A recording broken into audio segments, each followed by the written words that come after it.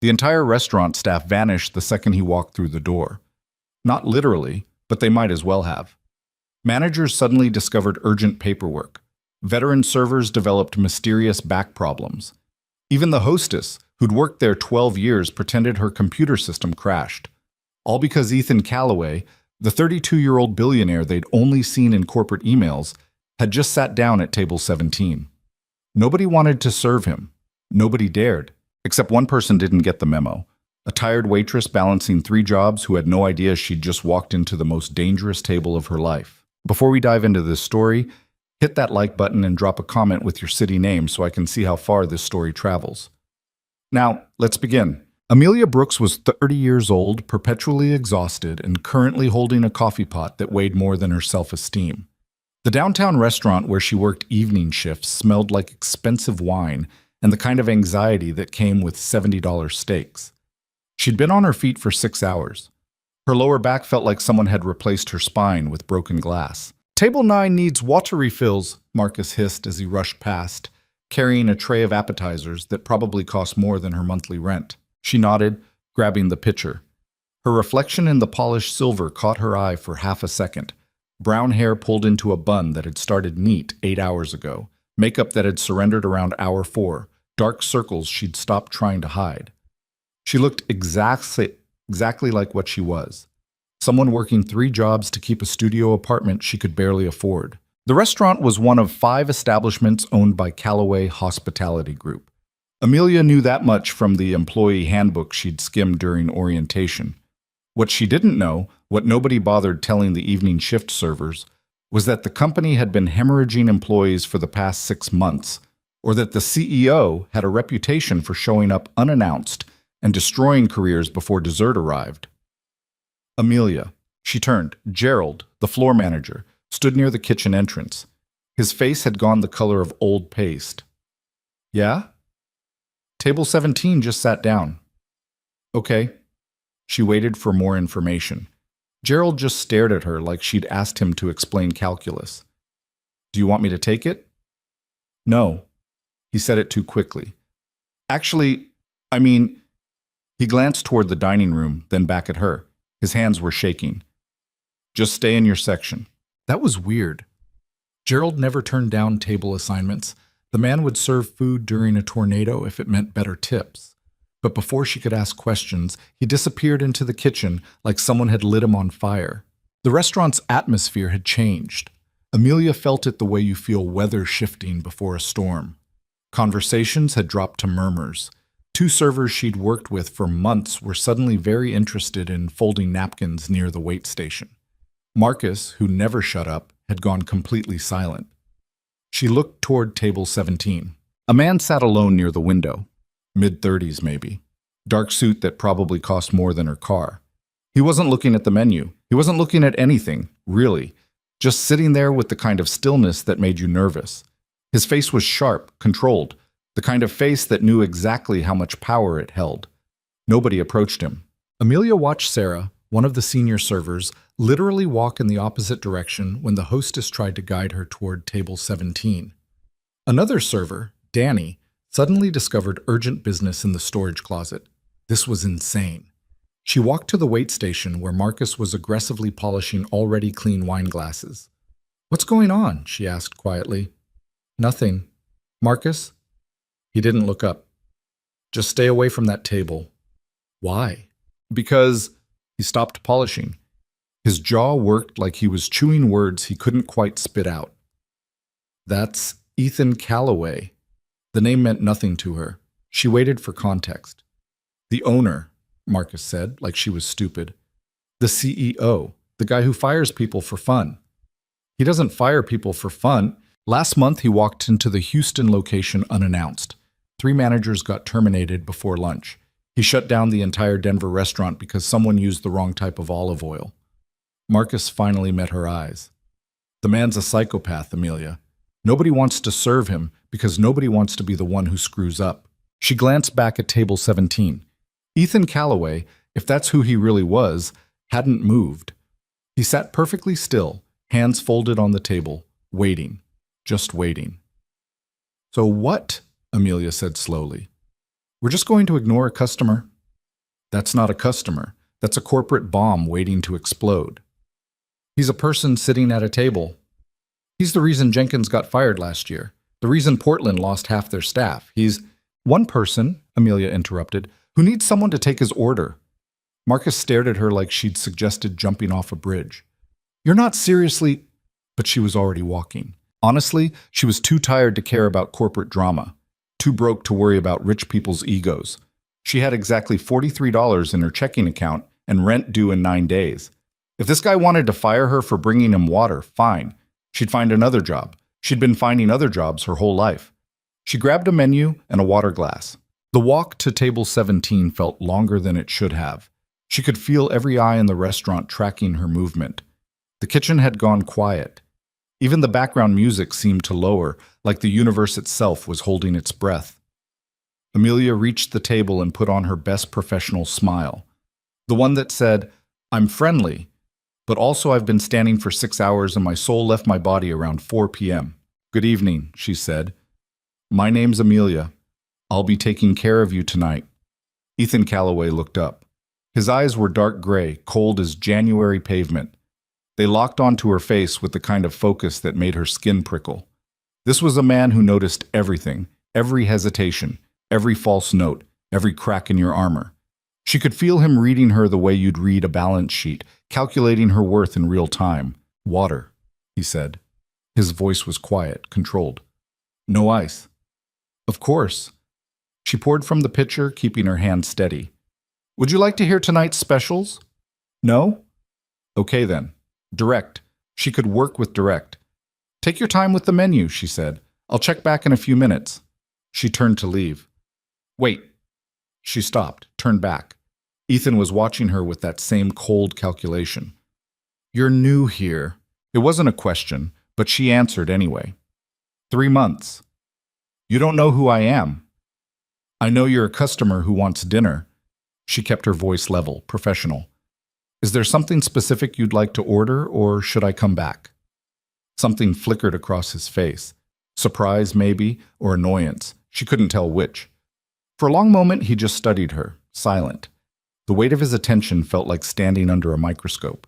Bring me the ribeye, he said finally. Medium rare. No sides. And tell Gerald I want to speak with him before the food arrives. Of course. She walked away before he could drop any more conversational grenades. Her heart was pounding, not from fear exactly, but from the sheer intensity of that interaction. The man radiated control like heat from asphalt, every word measured, every movement calculated.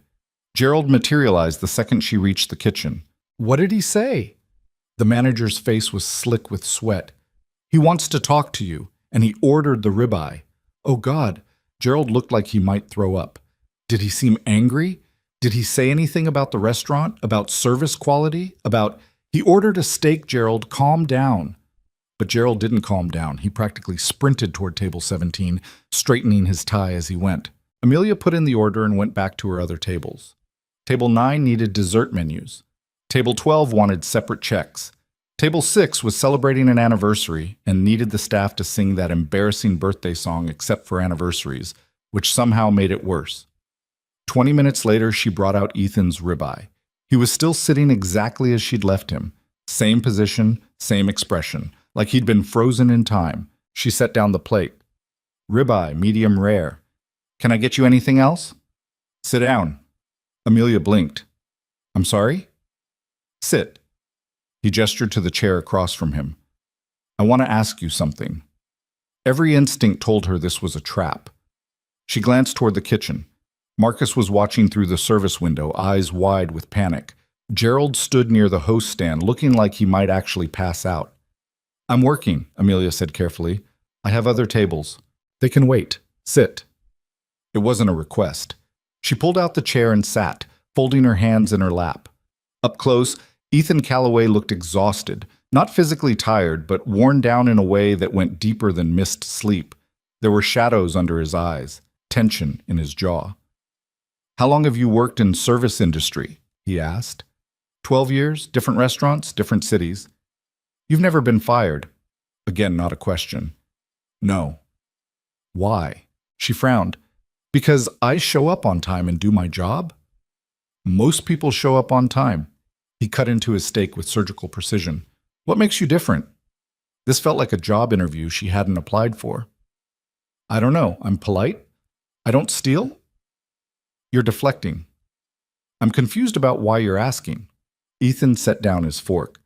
Everyone in this restaurant is terrified of me. You're not. Why? Amelia considered lying. Considered telling him she simply didn't recognize him, which was partially true, but something about his directness demanded honesty in return. Because fear doesn't help me do my job, she said. You want a steak? I bring you a steak. Your bank account doesn't change the fact that you're hungry, and I'm here to help with that. He studied her for a long moment. You really believe that? Yes. Everyone's equal. In terms of deserving basic respect? Yeah. She met his eyes. Look, I don't know what you want me to say. You're clearly someone important. Everyone's freaking out. But you sat down at a table in a restaurant where I work, which means right now, you're my customer. That's the only thing that matters to me. Ethan leaned back in his chair. The ghost of something, amusement maybe, touched the corner of his mouth. Gerald told me you're studying business management online. Her stomach dropped. He did? Seems like a waste. You're 30 years old, working for minimum wage plus tips, trying to get a degree that'll land you an entry-level position, making barely more than you make now. He paused. Why bother? The question stung more than it should have, probably because she'd asked herself the same thing at 3 in the morning while studying for exams between shifts. Because I want to do more than serve food, she said quietly. No offense to servers. I've been one half my life, but I want to build something, understand how businesses work, maybe run one someday. Noble. His tone suggested it was anything but. Unrealistic, but noble. Thanks for the encouragement. I'm not here to encourage you. I'm here to eat a steak and watch how my employees behave when they think nobody important is watching. The honesty surprised her. So this is what? A test? Call it research. And? How's everyone doing? Terribly. He took another bite. They're so busy protecting themselves, they've forgotten how to do their jobs. Fear makes people stupid. Amelia couldn't argue with that. She'd watched Gerald nearly have a breakdown over a table assignment. Your steak okay? She asked. It's fine. Just fine? It's overcooked. Medium rare means pink center, not brown with a pink edge. But I didn't come here for the food quality. She should have kept her mouth shut, should have nodded and walked away. Instead, then why did you come? Ethan set down his knife and fork with careful precision. Because 6 months ago, I realized I'd built a company where people are more concerned with avoiding mistakes than doing things right. Profits are up, employee retention is down, customer satisfaction is dropping, and I have no idea when it started or how to fix it. So you're going undercover? I'm observing. By terrifying your staff? I'm not doing anything. They're terrifying themselves. He had a point. Nobody had forced Gerald to panic. Nobody had told Marcus to hide in the storage closet. Your ribeye getting cold, Amelia said. I don't care about the ribeye. Then what do you care about? The question hung between them. For a moment, Ethan looked almost vulnerable, like the corporate armor had slipped and she could see the actual person underneath. Someone tired, someone carrying weight he didn't know how to put down. I have a daughter, he said quietly. She's 7. Smart, funny, completely fearless. And lately she's been asking why I'm always angry. Amelia didn't know what to say to that. I'm not angry, Ethan continued. I'm just... He stopped. Started again. My wife died 4 years ago. Car accident. One day she was here, next day she wasn't. And I had this company to run and a 3-year-old who didn't understand why mommy wasn't coming home. So I worked. I built. I controlled every variable I could control because I couldn't control the one thing that mattered.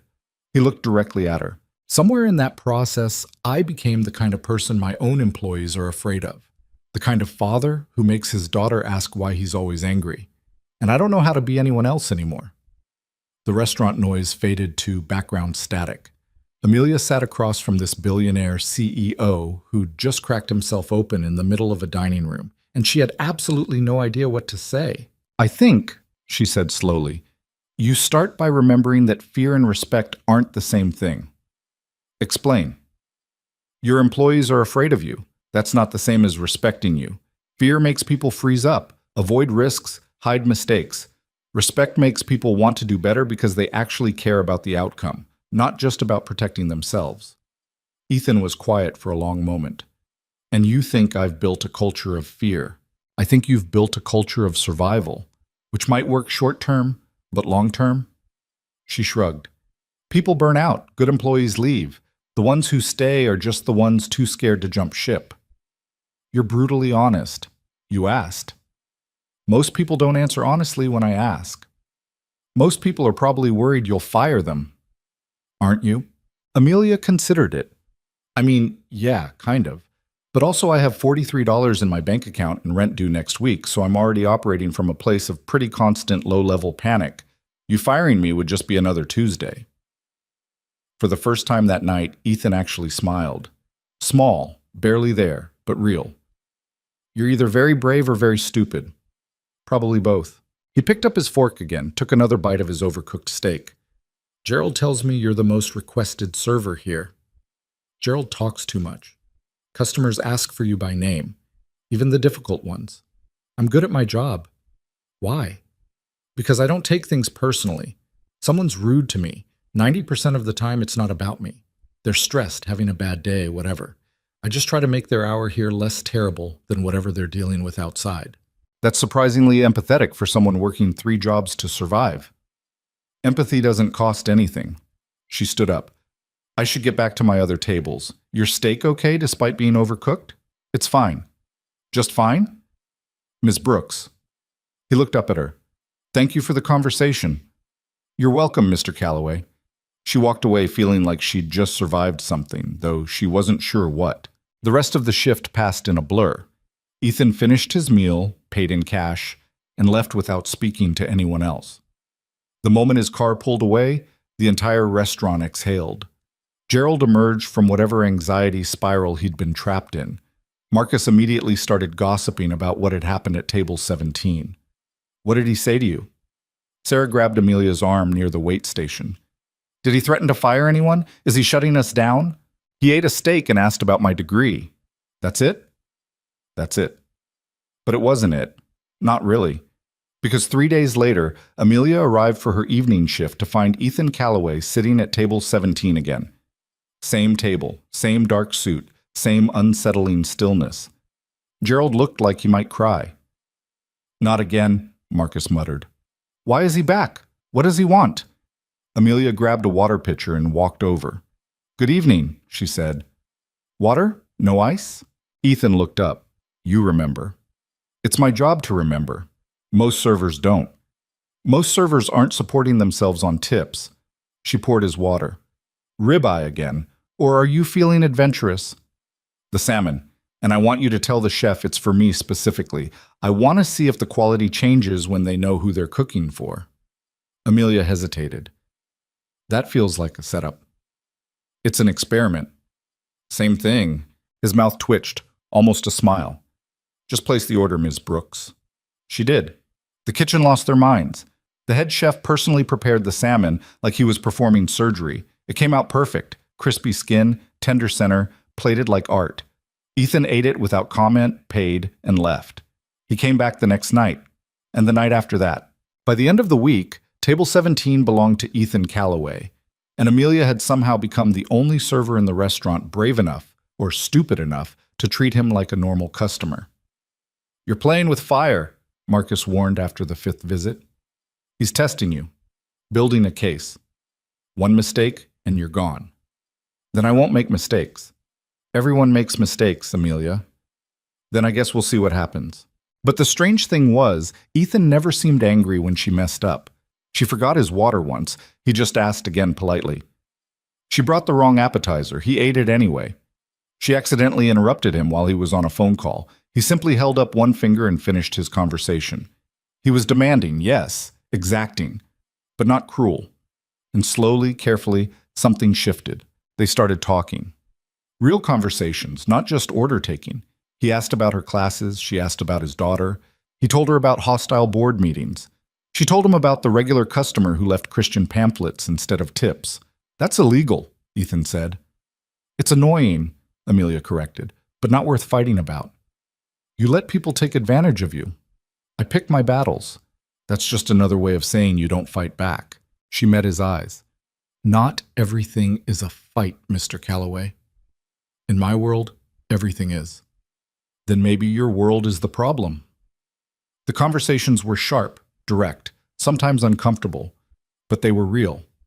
And Amelia got the sense that Ethan had very few real conversations in his life, just strategic ones, careful ones, conversations designed to maintain control and distance. With her, he didn't maintain distance. He told her his daughter asked him to read bedtime stories, but he always worked too late. Amelia told him to leave work earlier. He said it wasn't that simple. She said it absolutely was that simple. He just didn't want to admit he was choosing work over his kid. Most people didn't talk to billionaires like that. Most billionaires didn't keep coming back. You know what I think? Amelia said on the 8th night, refilling his coffee. I think you're lonely. Ethan froze. Excuse me? You show up here every night, sit alone, and have conversations with your waitress. That's lonely behavior. I'm conducting research. You're avoiding an empty house. His jaw tightened.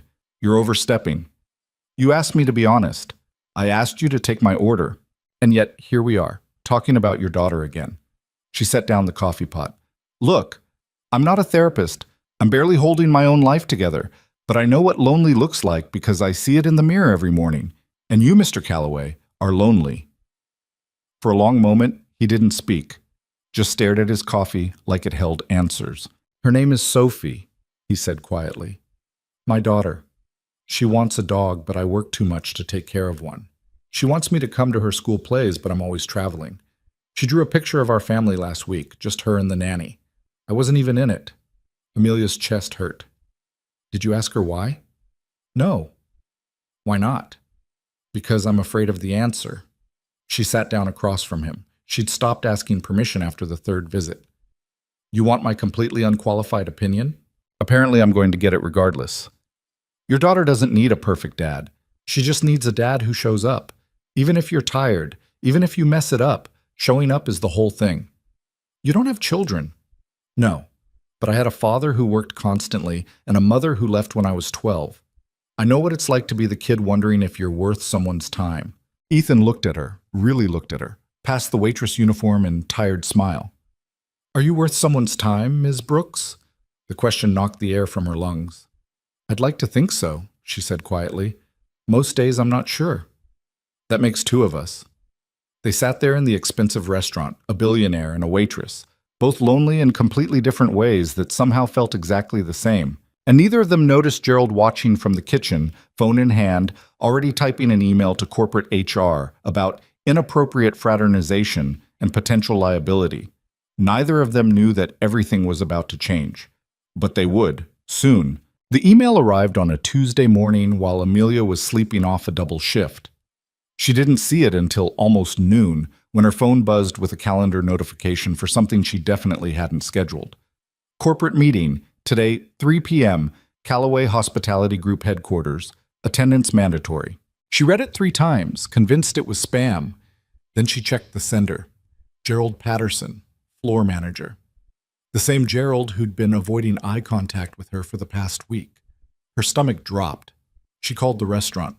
Marcus picked up on the 4th ring, kitchen noise loud in the background. Marcus, did you get a weird corporate meeting email? Nope. Why? I just got summoned to headquarters. Today. In like 3 hours. Silence. Then, oh shit. What? Amelia, nobody gets called to headquarters unless they're getting promoted or fired, and they don't promote waitresses. Her hands went cold. I didn't do anything wrong. Doesn't matter. Calloway's been coming in every night for 2 weeks. People talk. Gerald's been acting weird. I heard him on the phone with someone from HR last week talking about inappropriate workplace dynamics or some corporate bullshit. We just talked. That's it.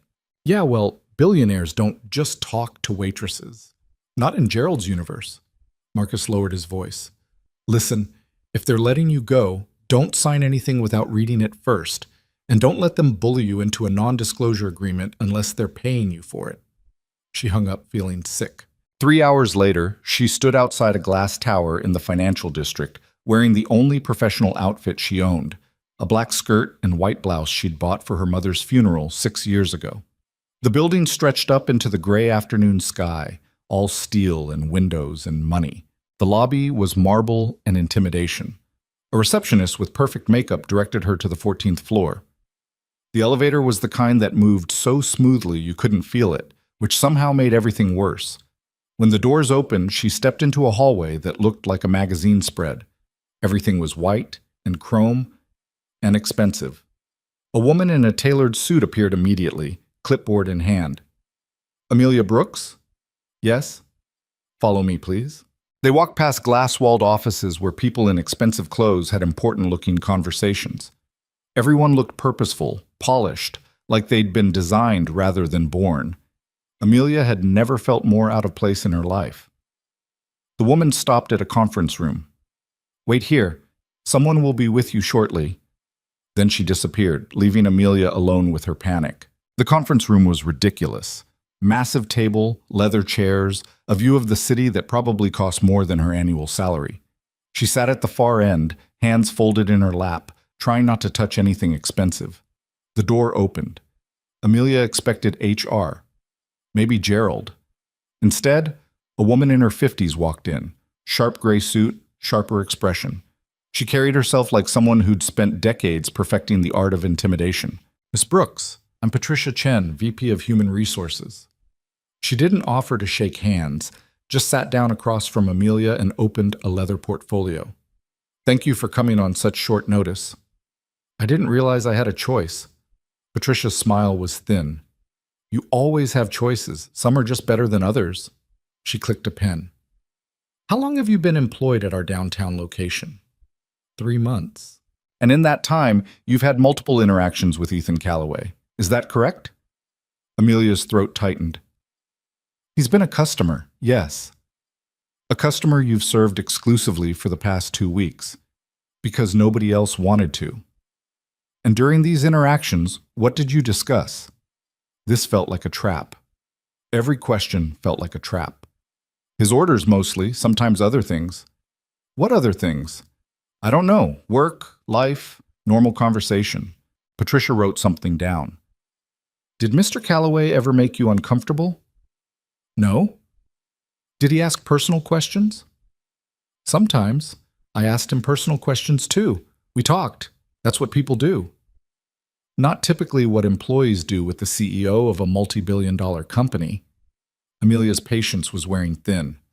"Look, I don't know what Gerald told you, but nothing inappropriate happened. Ethan, Mr. Calloway, came in. I served him food. We talked like normal humans. That's it. You call him Ethan." "Sometimes he calls me Amelia." "That suggests a level of familiarity that concerns us." "Why?" Amelia leaned forward. "Why does it concern you that 2 people had conversations? What exactly are you accusing me of?" Patricia closed her portfolio. "I'm not accusing you of anything, Ms. Brooks. I'm trying to understand the nature of your relationship with Mr. Calloway so we can determine appropriate next steps." "Next steps for what?" The door opened before Patricia could answer, and Ethan Calloway walked in. He wasn't alone. 3 men in expensive suits followed him, executives clearly from the way they moved. But Amelia barely noticed them, her entire focus locked onto Ethan, who looked nothing like the tired man who'd sat at table 17 for 2 weeks straight. This version wore power like armor. Tailored charcoal suit, perfect tie, hairstyled precisely. His face had that corporate neutrality she'd seen in magazines, cold, controlled, unreadable. He walked to the head of the table and stood there, hands in his pockets, surveying the room like he owned it, which, technically, he did. "Ms. Brooks," he said. His voice was different, professional, distant. "Thank you for coming." She couldn't find words, just stared at him, trying to reconcile this man with the one who'd told her about his daughter's school plays. Ethan gestured to the executives. "This is James Rodriguez, Chief Operating Officer, Michael Tang, VP of Operations, and you've met Patricia." He sat down at the head of the table.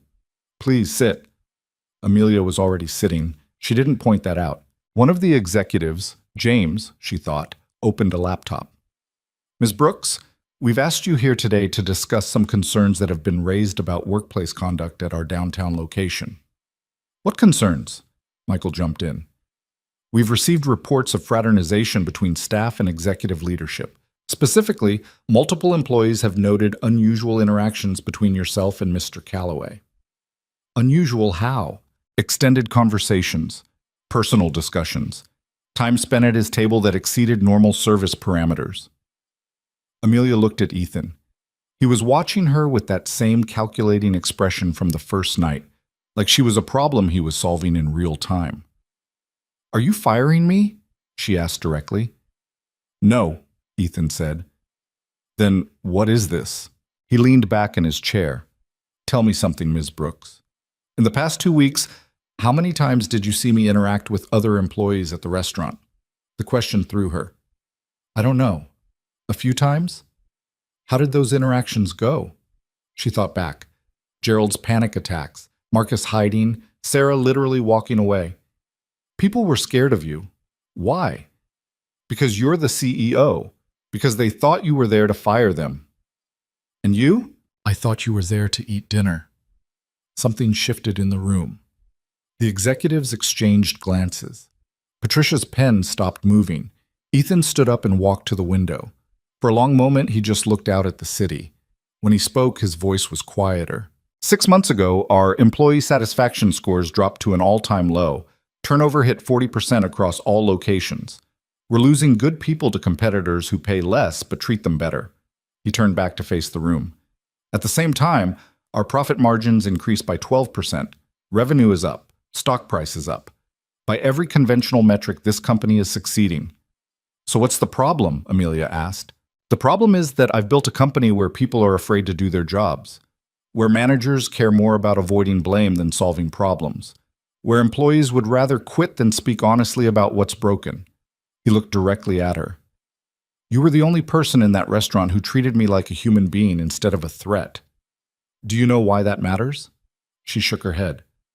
Because if my own employees can't be honest with me, how am I supposed to fix anything? James cleared his throat.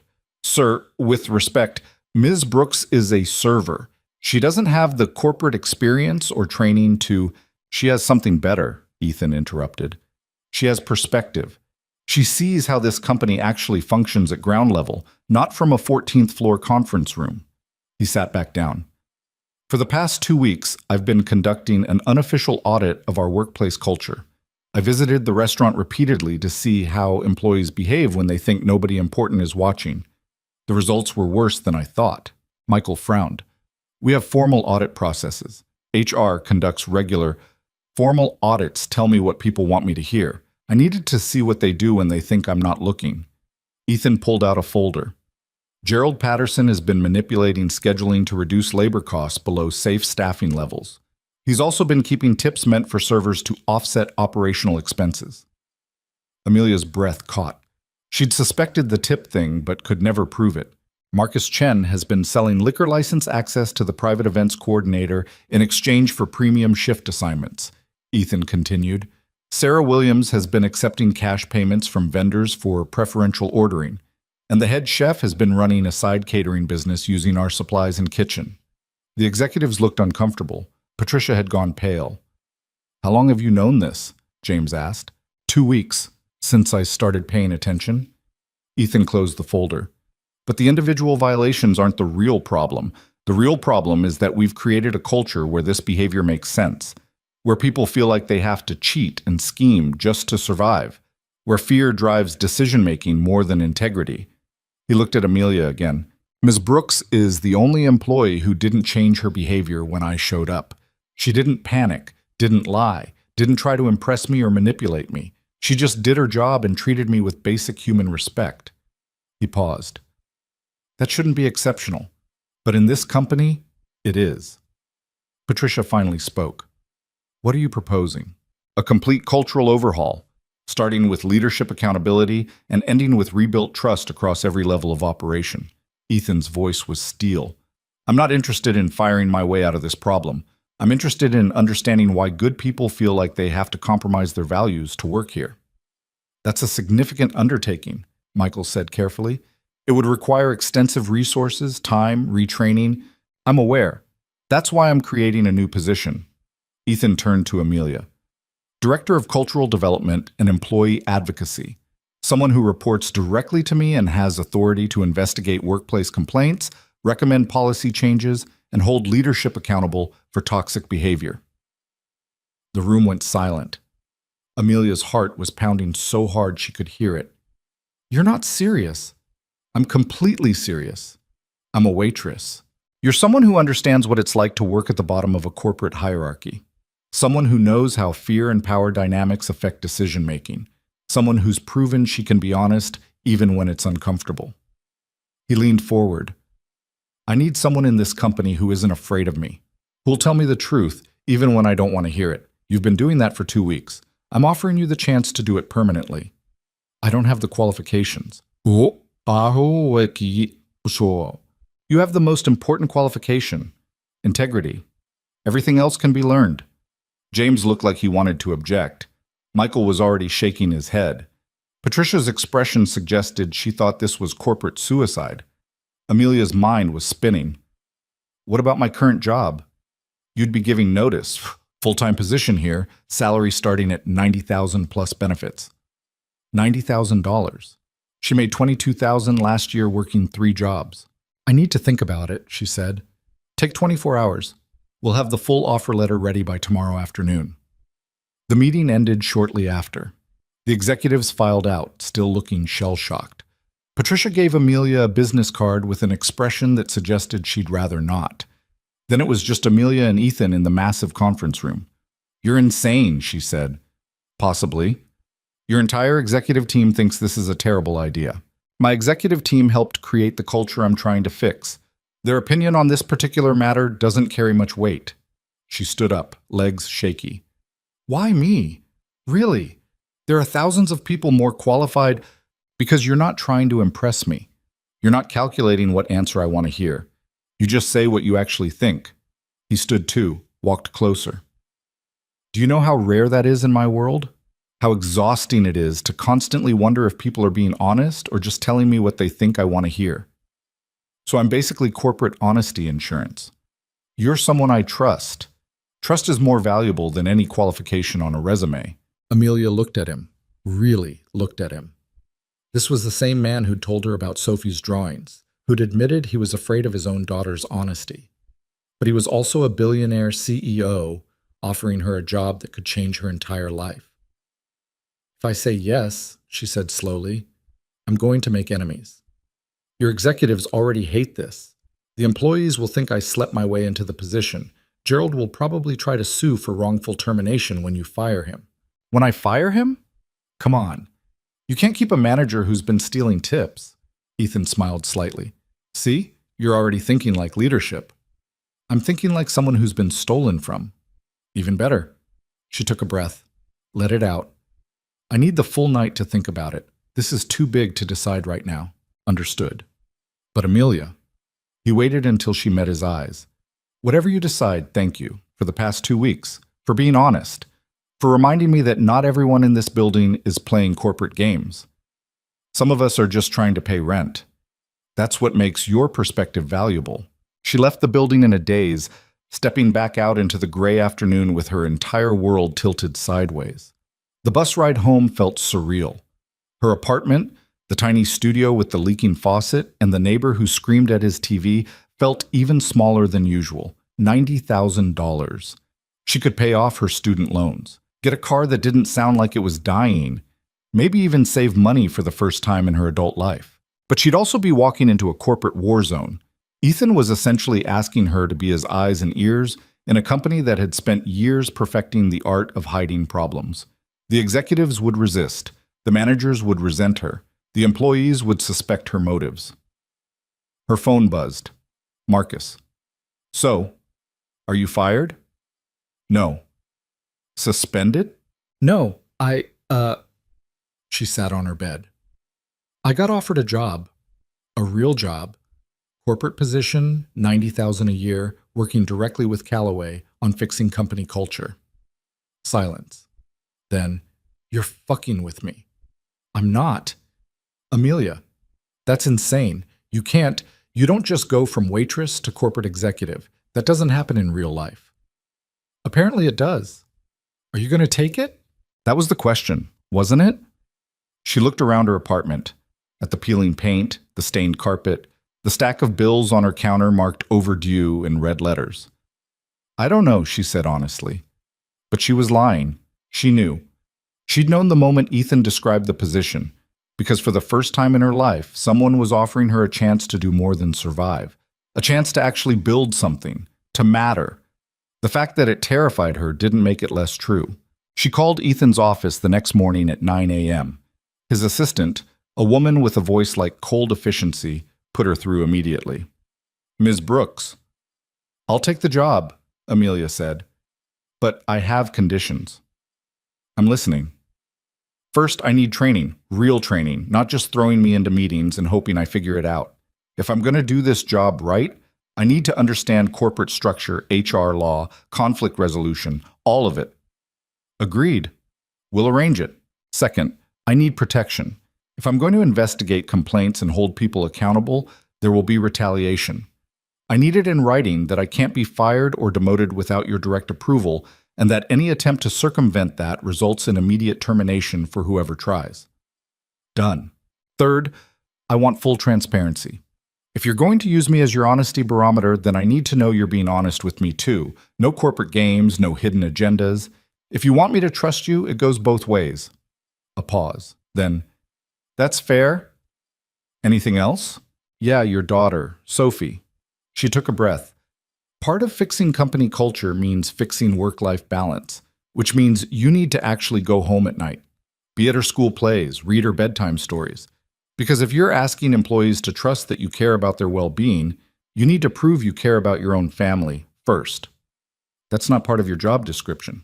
Then consider it a personal condition of my employment. You want honesty? Here it is. You can't build a healthy company culture while destroying your relationship with your kid. Fix both or fix neither. The silence stretched so long she thought he might have hung up. You're going to be a problem, Ethan said finally. That's literally what you're hiring me for. Fair point. When can you start? I need to give 2 weeks' notice at the restaurant. I'll handle that. Start Monday, 9 a.m., 14th floor. Wait, I can't just abandon. Gerald's being terminated today for theft and labor violations. The restaurant needs a complete management overhaul anyway. Your coworkers will be fine. He hung up before she could argue. Amelia stood in her tiny apartment, phone still pressed to her ear, wondering what the hell she'd just done.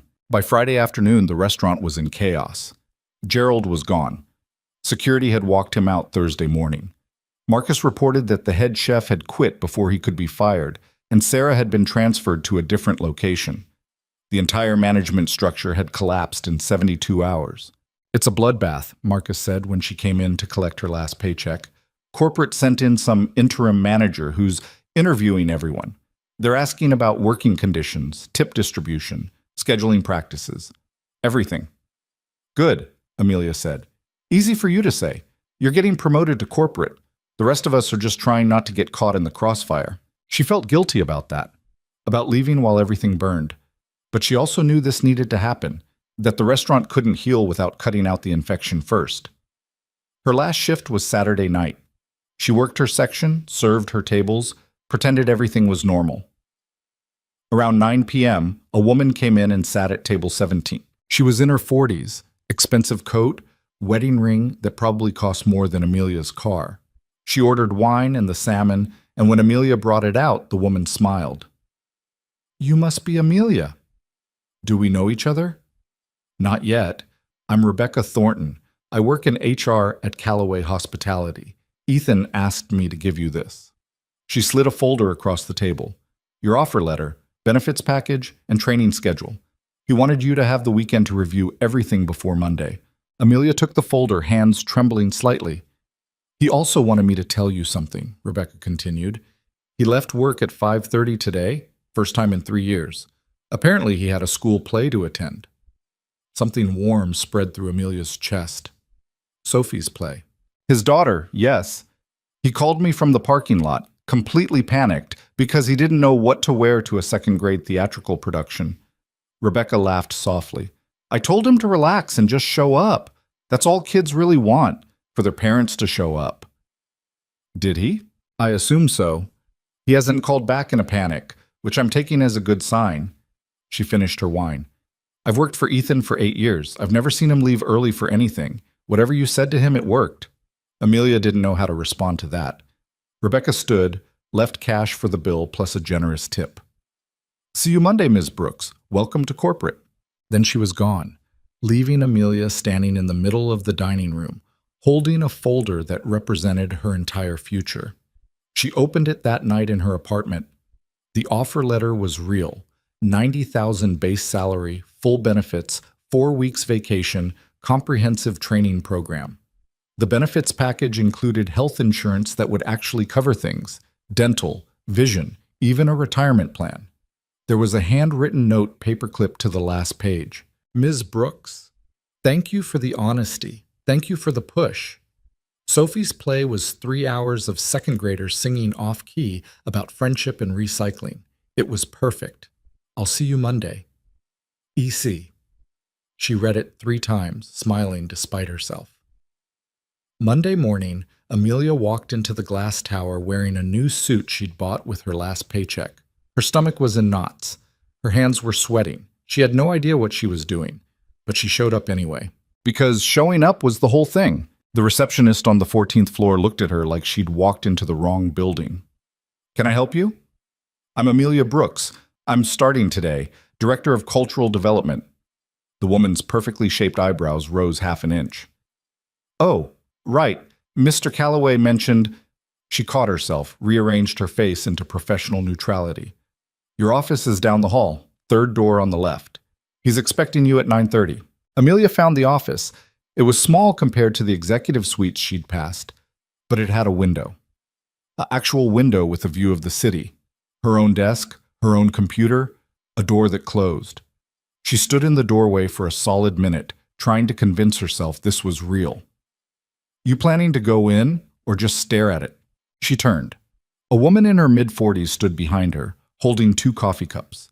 She had dark hair pulled back in a no-nonsense bun, glasses, and the kind of expression that suggested she'd seen every variety of corporate nonsense and wasn't impressed by any of it. Rebecca Thornton, the woman said, offering one of the coffees. We met briefly at the restaurant. I'm VP of Human Resources, which means we'll be working together frequently, probably too frequently for your comfort. Amelia took the coffee. Thanks. Don't thank me yet. I put real sugar in it, which around here is basically corporate treason. Everyone drinks it black or with that artificial garbage. Rebecca walked past her into the office, set her own cup on the desk. Let me give you the unofficial orientation. Your official one starts at 10, but that's just paperwork and videos about sexual harassment policies. And the unofficial one? The truth. Rebecca sat in the desk chair, gestured for Amelia to take the visitor's seat. The role reversal was clearly intentional. Half the executives think Ethan's having a breakdown. The other half think he's sleeping with you. Nobody thinks this position is legitimate. Amelia's stomach clenched. Great start. I'm not done. The managers at the restaurant level are terrified you're going to audit them next. The employees think you're a corporate spy. And the board... Rebecca laughed without humor. The board thinks Ethan's lost his mind and is looking for ways to remove him without tanking the stock price. Why are you telling me this? Because if you walk in here expecting people to be happy about your presence, you'll be disappointed in about 6 minutes. But if you understand the landscape, you might survive long enough to actually make a difference. Rebecca leaned forward. I've worked here 8 years. I've watched this company slowly strangle itself with fear and metrics and quarterly earnings reports. Ethan's right. The culture is toxic. But fixing it means going to war with people who benefit from the status quo, which is basically everyone in power. Exactly. So here's my question. Are you actually ready for that fight, or did you just take this job for the salary bump? Amelia met her eyes. I took it because someone finally offered me a chance to do something that matters. And because Ethan asked me to be honest, which means calling out problems even when it makes people uncomfortable. And you think that's going to work? Honesty? I think it's the only thing that will. Rebecca studied her for a long moment, then smiled. Actually smiled, not the corporate version. Okay, I'm in. In what? Your corner. Someone needs to be, and it might as well be the person who controls HR complaints and termination procedures. She stood up. Come on, Ethan's waiting, and he hates when people are late. They walked down the hallway together. Amelia noticed how people watched them, quick glances, whispered conversations that stopped when they got too close. She'd been here 20 minutes and already felt like an infection the body was trying to reject. Ethan's office was at the end of the hall, corner suite, floor-to-ceiling windows, the kind of view that probably required a salary she couldn't even imagine. Rebecca knocked once and opened the door without waiting for a response. Ethan sat behind a massive desk, reading something on his computer. He looked up, and for half a second Amelia saw the man from table 17, tired, human, real. Then the corporate mask slid back into place. Ms. Brooks, welcome. Rebecca, thank you for the escort. Someone has to make sure she doesn't get lost. Rebecca left, closing the door behind her. Ethan gestured to the chair across from his desk. How was your first morning? Terrifying. Everyone thinks you're either crazy or sleeping with me, possibly both. His mouth twitched, almost a smile. I see Rebecca gave you the unofficial orientation. She's direct. I like her. She's one of 3 people in this building I actually trust. Now there's 4. He stood up, walked to the window. I'm going to be honest with you about something, and it's going to sound worse than it is. That's a terrible way to start a sentence. I don't know if this is going to work. The position, the cultural reform, any of it. I know what needs to change, but I don't know how to actually change it without burning the entire company down in the process. Amelia waited. He kept talking. 6 months ago, my daughter drew that picture, the one without me in it, and I realized I'd spent 4 years building a company that I thought would secure her future, but I'd stopped being present in her actual life. I'd become this, he gestured vaguely at himself, thing. This corporate machine that made money and fired people and attended board meetings, but I wasn't a father anymore. I wasn't even really a person. So you went undercover in your own restaurant. I needed to see if the problem was just me or if it was systemic. Turns out it's both. He turned to face her. You were the only person who treated me like I was human. Do you understand how depressing that is? That I had to go undercover just to have a real conversation? Sounds lonely. It was. It is. He sat on the edge of his desk. I'm asking you to help me fix something I don't fully understand. To hold people accountable when I've been the one setting the tone for years. To build trust in a company where I've rewarded fear. No pressure. I'm serious, Amelia. If this doesn't work, if you can't do this, or I can't support you the way you need, or the board shuts us down before we make progress, I need you to know that's not a reflection on you. This might be impossible. She stood up and walked to the window next to him, looked out at the city below. From up here, everything looked small, manageable, like you could rearrange the buildings with your hands. My mom left when I was 12, she said quietly. Just walked out one day. My dad worked construction, gone before I woke up, home after I went to bed.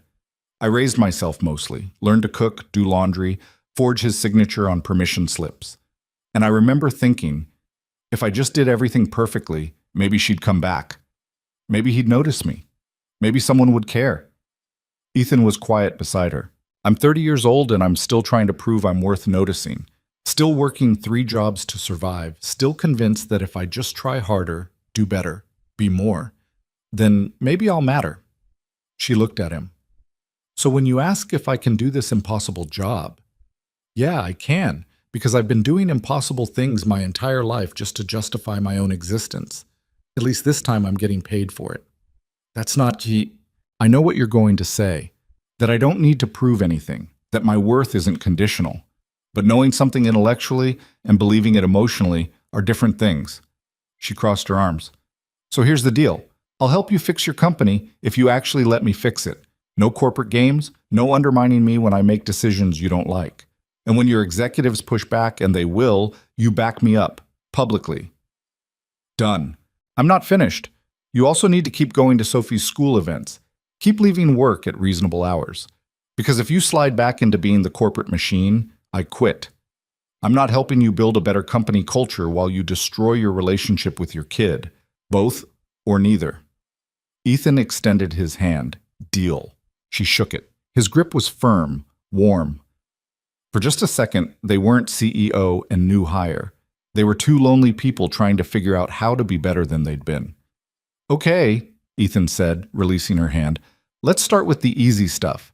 I need you to conduct exit interviews with everyone who's quit in the past 6 months. Find out why they really left. How many people are we talking about? 47. Jesus. Most won't talk to you. They'll be afraid of burning bridges, ruining references, legal retaliation, but some will. And the ones who do will tell you things my executives have been hiding from me for months. He pulled out a folder, handed it to her. Names, dates, positions. 47 people who'd walked away from decent salaries and benefits because working here had become unbearable. Start with the restaurant staff, Ethan said. They're the most recent departures. Then move to corporate. Rebecca will give you access to the HR files and contact information. What am I looking for specifically? Patterns. Are people leaving because of individual managers or systemic problems? Is it the workload, the culture, the lack of growth opportunities? I need data, not assumptions. Amelia flipped through the folder. One name jumped out. Jennifer Martinez Server worked at the downtown location for 6 years before quitting 3 months ago. She'd been there long before Amelia started.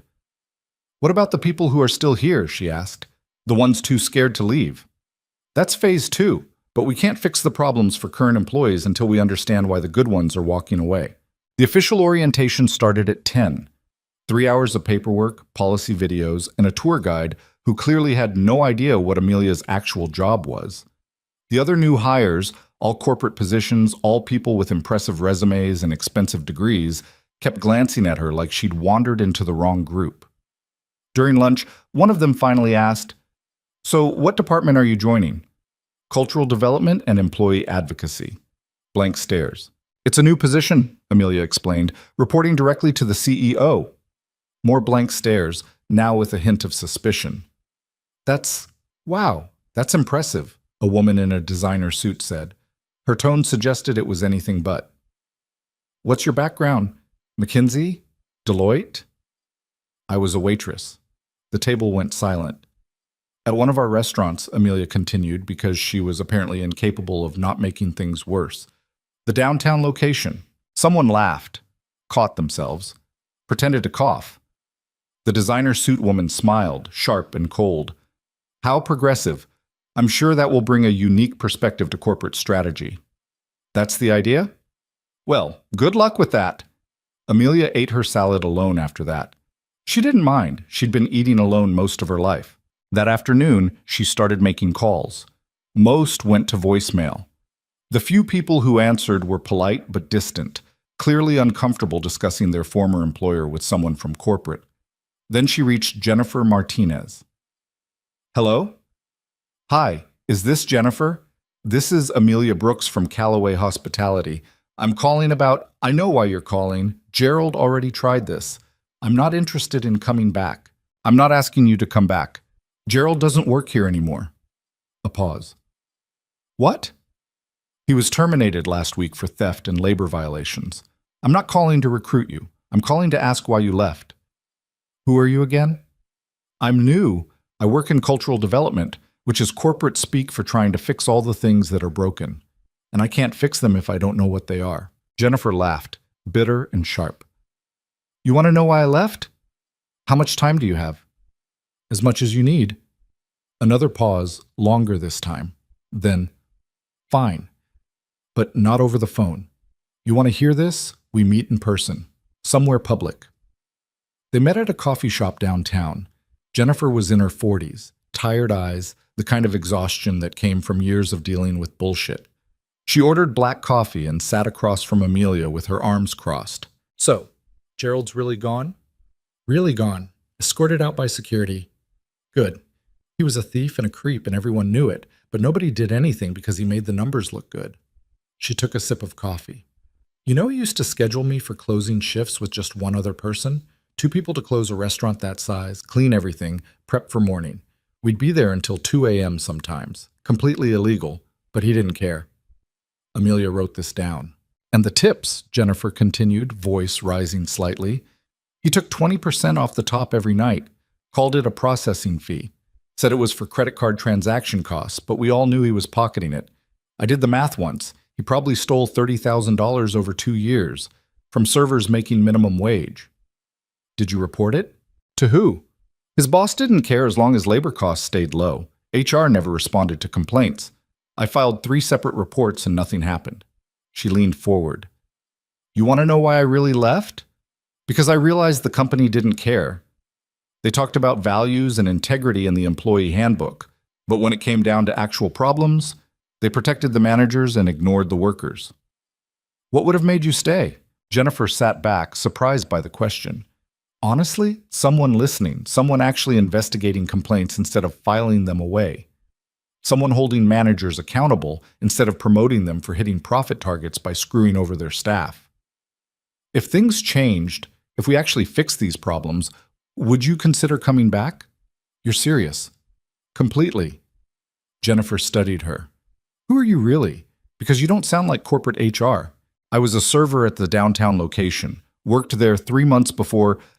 She hesitated, then committed, before Ethan Calloway showed up and offered me this job. Ethan Calloway, the CEO. Yeah. He just offered you a corporate position out of nowhere? It's complicated, but basically, yes. Jennifer's expression shifted, something between skepticism and hope. Is he actually trying to fix things, or is this just PR damage control? I think he's trying. I can't promise it'll work, but I think he genuinely wants to change how this company operates. Then tell him this. The problem isn't individual bad managers. It's a system that rewards bad behavior. Gerald stole tips because it improved his labor cost percentages, which got him bonuses. Managers cut corners on safety because it made their locations more profitable. Everyone's incentivized to screw over employees because that's what corporate measures and rewards. Amelia wrote faster. This was exactly what Ethan needed to hear. They talked for another hour. Jennifer gave names, specific incidents, patterns of behavior that went back years. By the time they finished, Amelia had filled 15 pages of notes. Thank you, she said. Really, this helps more than you know. Jennifer stood up to leave, then paused. Hey, you seem like you actually give a damn. That's rare around here, She hesitated. Be careful. People who try to change things in that company tend not to last long. Either they quit or they get forced out. Don't let them break you. I'll try. No, don't try. Decide you won't let them. There's a difference. Amelia watched her leave, then sat alone with her coffee and 15 pages of evidence that Calloway Hospitality was exactly as broken as Ethan suspected. She conducted 8 more interviews over the next 2 weeks. Same patterns, different details. Managers manipulating schedules, skimming tips, retaliating against complaints. HR either incompetent or deliberately ignoring problems. A culture where fear kept people quiet and profit mattered more than people. Ethan read her preliminary report in silence, jaw tight. This is worse than I thought, he said finally. This is just the restaurant division. I haven't even started on corporate yet. He rubbed his face with both hands. The board meeting is in 2 weeks. They're already questioning my judgment about your position. If I present this, they'll fight you every step of the way, Amelia finished. Because fixing these problems means admitting they existed in the first place, which makes them look incompetent. Exactly. So don't ask permission, just fix it. Ethan looked up. Explain. You're the CEO. You don't need board approval to fire bad managers or change incentive structures. You need their approval for major financial decisions, but cultural reform? She leaned forward. That's internal operations, your domain. They can still make my life hell. Let them. What are they going to do, fire you? You own 30% of the company. They'd tank the stock price trying to force you out. A slow smile spread across his face. You're suggesting I go nuclear. I'm suggesting you do what you hired me to help you do. Fix the company. They can complain all they want, but if the numbers improve, and they will, once you stop hemorrhaging good employees, they'll shut up eventually. And if they don't, then at least you'll have tried.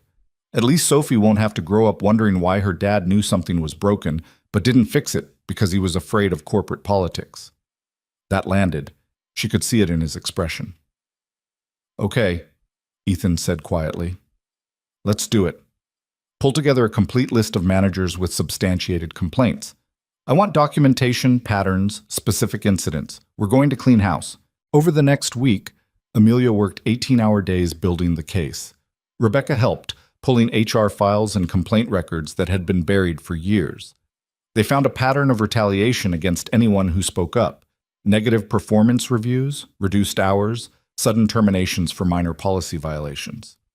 This is a lawsuit waiting to happen, Rebecca said, looking at the documentation. Multiple lawsuits. Has anyone sued? 2 former employees tried, both settled with NDAs. The company paid them to go away quietly rather than fix the actual problems. Amelia added it to the report. On Thursday afternoon, Ethan called an emergency meeting with his executive team. Amelia sat in the corner, laptop open, ready to present findings. James Rodriguez walked in first, followed by Michael Tang and 3 other executives whose names Amelia couldn't remember. They looked annoyed at being pulled away from whatever important things they'd been doing. Ethan didn't waste time. We have a systemic problem with management accountability across our restaurant division. Ms. Brooks has been conducting exit interviews and investigating employee complaints. The findings are significant. James glanced at Amelia, barely concealing his contempt.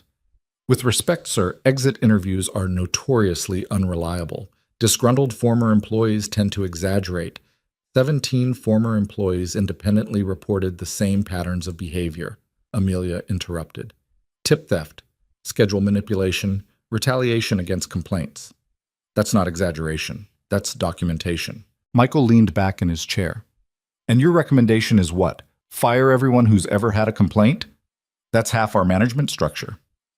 My recommendation is to terminate managers with substantiated evidence of theft, harassment, or retaliation. Then implement actual oversight and accountability measures so this doesn't happen again. That's a massive disruption to operations. The disruption is already happening, Ethan cut in. We've lost 47 employees in 6 months.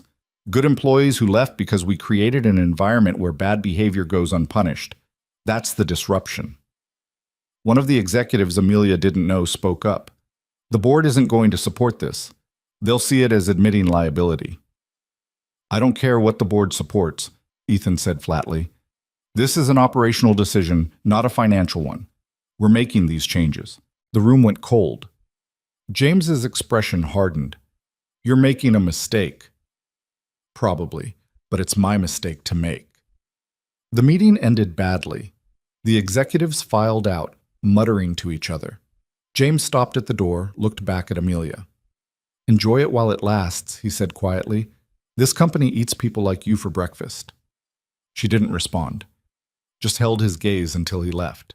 Ethan waited until they were alone. That went better than expected. They're going to undermine us. Obviously, but they can't stop us, which is what matters. He closed his laptop. Tomorrow we start terminations.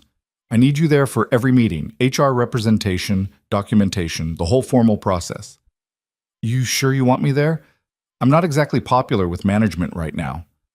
That's exactly why I want you there. Someone needs to witness this who isn't invested in protecting the status quo. The next 2 weeks were brutal. They fired 9 managers across 6 locations. Each meeting was the same: shock, denial, anger, threats of legal action. Some cried, some yelled. One threw a chair. Amelia sat through all of it, taking notes, staying quiet unless she needed to provide documentation. She watched Ethan maintain absolute control, never wavering, never apologizing. This was a different version of him, harder, colder, but also somehow more honest. He wasn't hiding behind corporate speak. He was just directly dismantling the structure he'd built. By the end of week 2, the company was in chaos. Locations were operating with interim managers or no managers at all. Employees were confused, scared, energized, angry, sometimes all at once. Corporate was in full panic mode, fielding calls from the board, from shareholders, from business press asking questions about mass management changes. Amelia's office had become a war room. She'd barely slept, living on coffee and protein bars, coordinating with Rebecca to implement new oversight procedures while simultaneously trying to keep operations from completely collapsing. Around 10 p.m. on a Friday night, she looked up from her computer to find Ethan standing in her doorway. "You should go home," he said. "I'm almost done with the new manager evaluation framework. It can wait until Monday." Can it? Because we have 3 locations running without proper management, and if we don't have a hiring and evaluation system in place by next week, Amelia. He walked into her office, sat in the visitor's chair. Go home, sleep, eat something that isn't from a vending machine. She wanted to argue. Instead, she saved her work and closed her laptop. How's Sophie? She asked.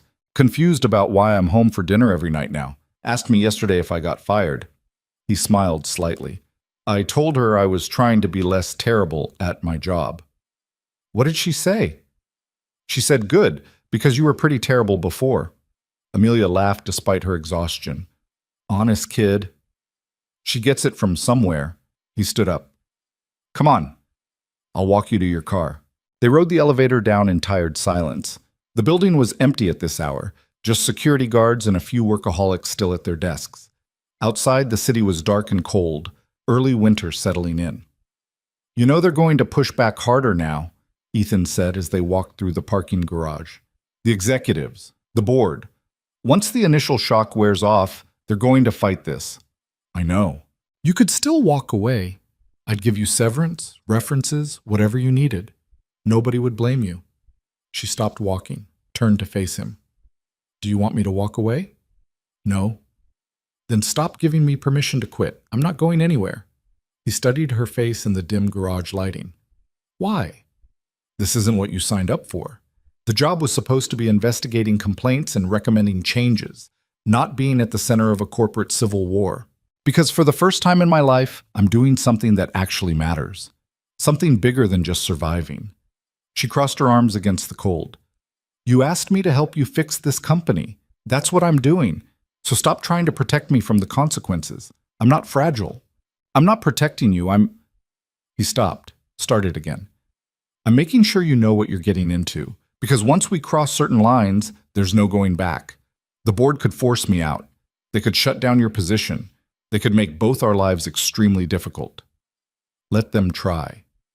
Something shifted in his expression. Relief, maybe, or recognition. You're not afraid of them. I'm terrified of them, but fear doesn't get to make my decisions anymore. She walked to her car, unlocked it. See you Monday, Ethan. Try to actually rest this weekend. She drove home through empty streets, exhausted and wired and more alive than she'd felt in years. The fight was just getting started, and she was ready. Monday morning arrived with an email from the board of directors requesting Ethan's presence at an emergency meeting. Amelia found out when Rebecca knocked on her office door at 8:15, looking grim. They're circling, Rebecca said, dropping a printed email on Amelia's desk. Full board meeting today at 2. Subject line is operational concerns and management restructuring. That's code for we're coming for your job. Amelia scanned the email, formal language, careful phrasing, but the intent was clear. They can't fire him. He owns too much stock. They can make him miserable enough that he quits. Or they can vote to strip his operational authority, make him CEO and title only while they install someone else to actually run things. Rebecca sat down heavily. I've seen this before.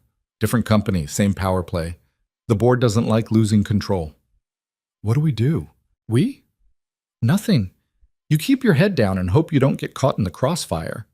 Rebecca paused. That's the smart play. Anyway. And the stupid play? Walk in there with him. Make them look you in the eye while they try to dismantle everything you've built. Amelia was definitely going with the stupid play. She spent the morning preparing documentation, exit interview summaries, complaint records, the financial impact of turnover versus the cost of management restructuring. Numbers the board couldn't ignore, even if they wanted to. At 1:30, Ethan stopped by her office. He looked tired but calm, wearing the same corporate armor she'd seen that first day in the conference room. You don't have to come to this, he said. I know. They're going to attack the position, attack the process, attack you personally. It won't be pleasant. When has any of this been pleasant? He almost smiled. Fair point. Bring your laptop. If they want data, we'll bury them in it. The boardroom was on the 16th floor, all dark wood and leather chairs, and the kind of aggressive wealth that made you feel small just walking in. 8 board members sat around a table that could have seated 20. Most were older men in expensive suits. 2 were women who looked equally expensive and equally hostile. Ethan walked in like he owned the room, which technically he partially did. Amelia followed, trying to project confidence she didn't feel.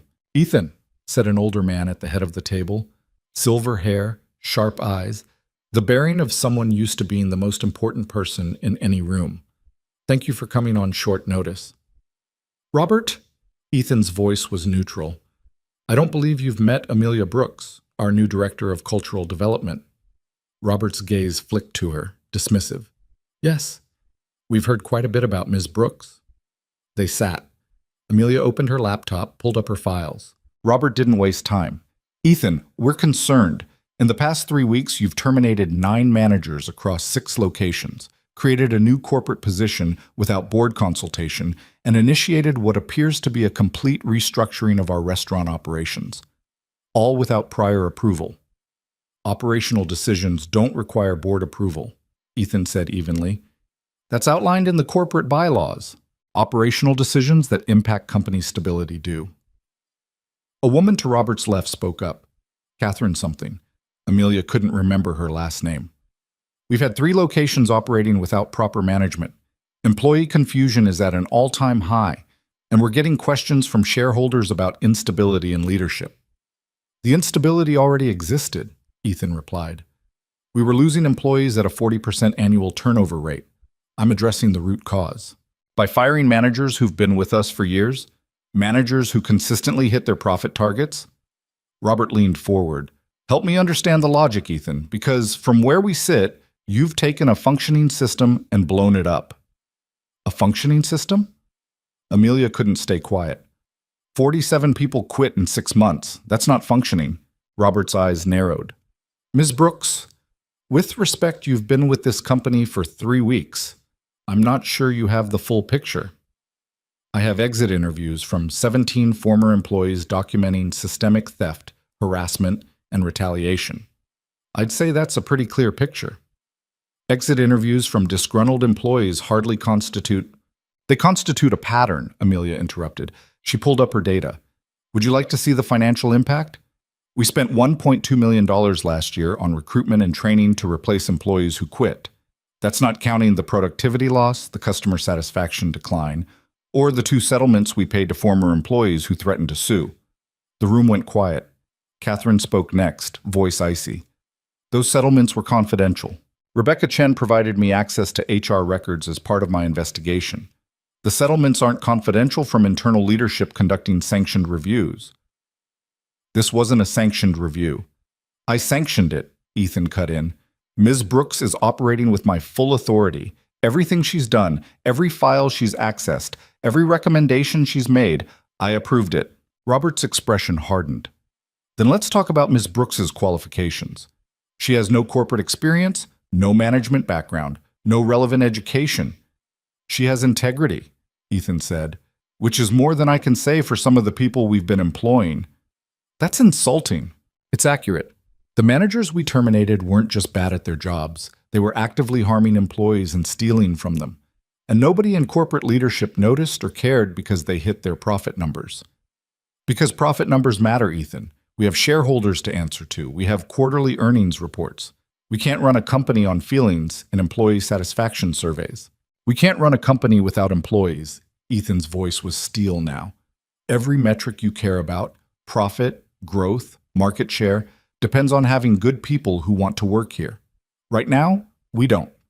We have people who are afraid to leave because they need the paycheck, and people who do leave the second they find something better. That's the nature of restaurant work. That's the nature of bad management, and we're going to fix it." Another board member jumped in, a younger man Amelia hadn't noticed before. "At what cost? You're proposing what exactly? Hire all new managers, implement new oversight systems? That's millions in operational expenses." Amelia pulled up another file. "Actually, based on current turnover costs versus projected management expenses, we break even in 18 months. After that, reduced turnover saves us approximately $800,000 annually. That's speculative math.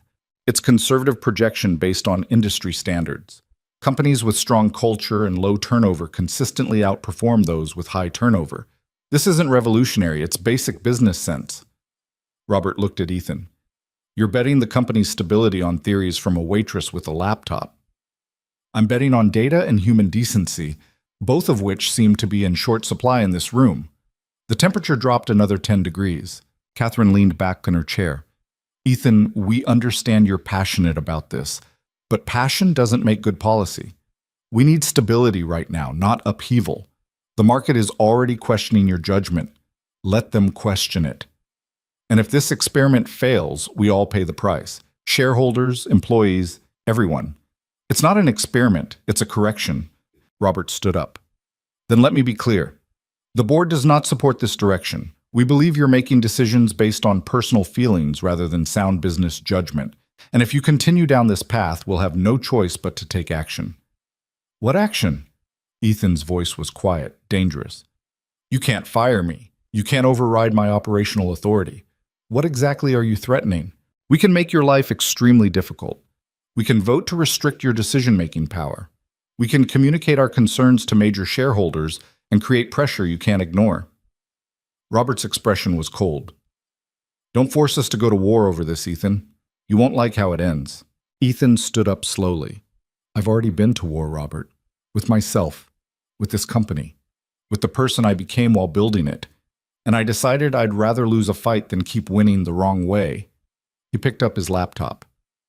The cultural reform continues, with or without board support. If you want to fight me on it, go ahead, but I'm not backing down. He walked out. Amelia grabbed her laptop and followed, pulse hammering. Behind them, she heard Robert's voice. This isn't over. In the elevator, Ethan was silent. His jaw was tight, hands clenched. Amelia had never seen him this angry. That went well, she said. He laughed, sharp and humorless. They're going to make this hell. Let them. Amelia. No, listen. They threatened you because they're scared. Scared of losing control, scared of admitting they were wrong, scared that you might actually succeed and prove they've been running this company badly for years. She turned to face him. That's not a reason to stop. That's proof we're doing something right. The elevator opened. They walked back to the 14th floor in silence. Over the next week, the board made good on their threat. Robert started calling major shareholders, expressing concerns about operational stability. Business articles appeared questioning Ethan's leadership decisions. Stock price dipped 3%. The executive team became openly hostile. James stopped attending meetings. Michael started copying the board on every email, clearly building a paper trail. Even small decisions became battles. And through it all, Amelia kept working.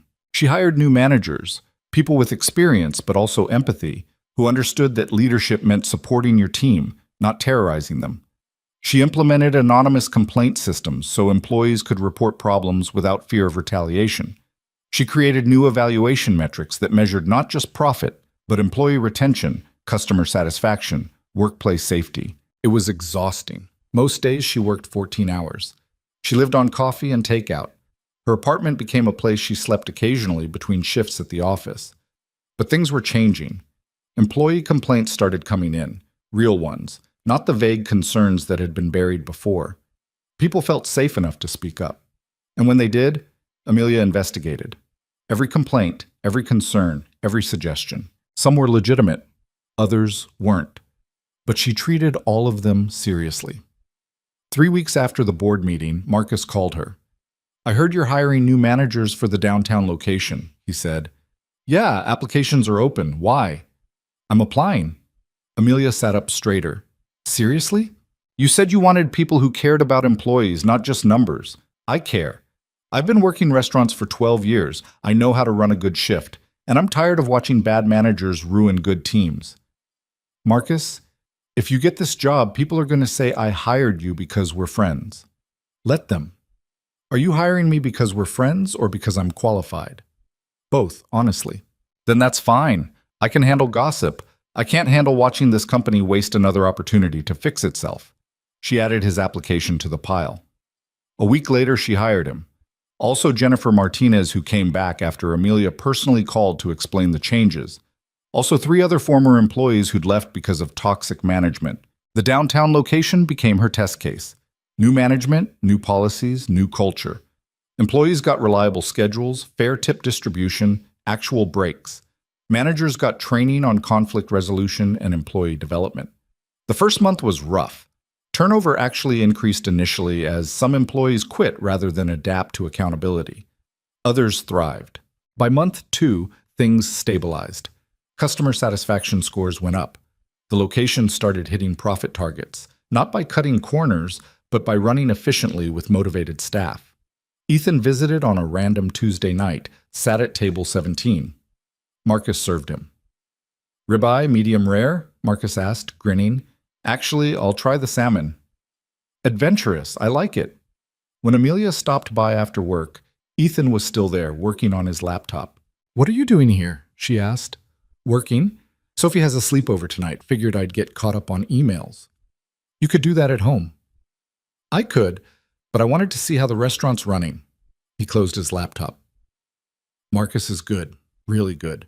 He's been checking on customers, helping new servers, handling a kitchen issue without breaking a sweat. You made the right call hiring him. He made it easy by being qualified. Still, you took a risk hiring former employees. Could have backfired. Amelia sat down across from him. "Everything we're doing is a risk. Might as well take the ones that feel right." He smiled, a real smile, the kind she'd seen rarely. "The board meeting is next week. They're going to push for my resignation." Her stomach dropped. "Can they do that?" "They can try. Robert's been rallying support, making his case to shareholders. He's good at politics. Better than me. So what do? We present the data. Show them what's actually happening versus what Robert's been telling them." He pulled out his phone, showed her a spreadsheet. Downtown location is up 12% in customer satisfaction, 8% in revenue. Turnover dropped from 40% to 15%. Those are real numbers, not projections. One location isn't enough to prove the model works. No, but it's a start. And we have 3 other locations implementing the same changes next month. He put his phone away. "I need you at that board meeting." "They hate me." "Perfect. Let them try to argue with actual results." The week before the board meeting, something unexpected happened. Amelia was working late, again, when her office phone rang. Unknown number.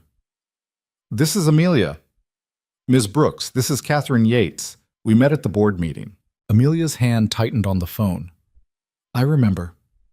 I'd like to meet with you, off the record. There's a coffee shop on 5th Street near the financial district.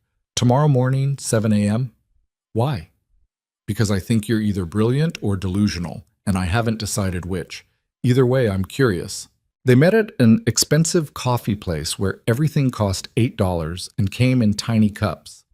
Catherine was already there, sitting by the window, looking exactly as intimidating as Amelia remembered. "Thank you for coming," Catherine said as Amelia sat down. "Did I have a choice?" "Everyone has choices. Most people just don't make the hard ones."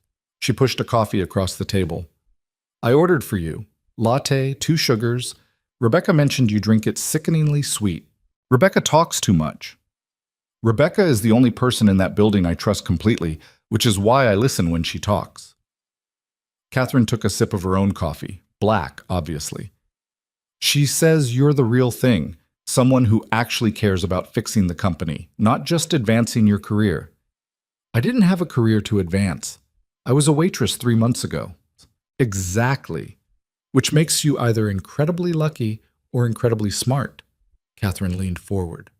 "I'm going to be direct with you, Ms. Brooks. Robert is going to push for Ethan's resignation at next week's board meeting. He has enough support to make it happen, but he needs a unanimous vote to force it, and right now I'm undecided." Amelia's pulse quickened. "Why are you telling me this?" "Because I want to understand what you're actually trying to accomplish. Robert says you're unqualified and dangerous. Ethan says you're necessary. Rebecca says you're honest. I need to decide who's right." "What do you want to know?" "Why you took this job. The real reason, not the corporate answer." Amelia thought about lying, about giving some polished response about believing in the mission. Instead, she went with honesty. "Because I spent 12 years working jobs where I didn't matter, where I was replaceable, invisible, just a warm body filling a shift. And I got so used to that feeling that I started believing it was true, that I was only worth minimum wage and whatever tips people felt like leaving." She met Catherine's eyes. "Then Ethan offered me a chance to matter, to do something that might actually help people like me. So I took it, even though you weren't qualified." especially because I wasn't qualified. The qualified people are the ones who built this mess. Maybe it takes someone unqualified to see how broken it really is." Catherine was quiet for a long moment. "The data you presented at the board meeting, the turnover costs, the projections, where did you get that?" "Some from Rebecca's HR files, some from industry research, some from talking to employees who actually do the work instead of just managing it from a distance." "And you believe this model scales? That what works at one location will work company-wide?" "I believe that treating people with basic respect and holding managers accountable isn't a revolutionary concept. It's just good business that we forgot how to do." Catherine smiled slightly. "You sound like Ethan." "Ethan sounds like someone who's tired of pretending profit, and people are mutually exclusive." "They often are. Only if you run the company badly." That got a real smile. Catherine pulled out her phone, made a note. "I'm not making any promises, but I'm not voting with Robert next week. Not yet." "Why not?" "Because I've been on this board for 6 years, and in that time we've prioritized shareholder value over everything else. It's made us rich. It's also made us short-sighted." She stood up, gathering her coat. "Maybe it's time we tried something different, even if it comes from a waitress with a laptop." She left before Amelia could respond. The board meeting was scheduled for Thursday at 10 a.m. Amelia spent Wednesday night preparing presentation materials, running numbers, rehearsing responses to every possible objection. Ethan found her in her office at midnight, surrounded by printouts and empty coffee cups. "Go home," he said. "I'm almost done." "You're exhausted. The presentation doesn't matter if you're too tired to deliver it." She looked up at him. "What if we lose?" "Then we lose. But at least we'll lose fighting for something that matters." "That's not comforting." "It's not meant to be. It's just the truth."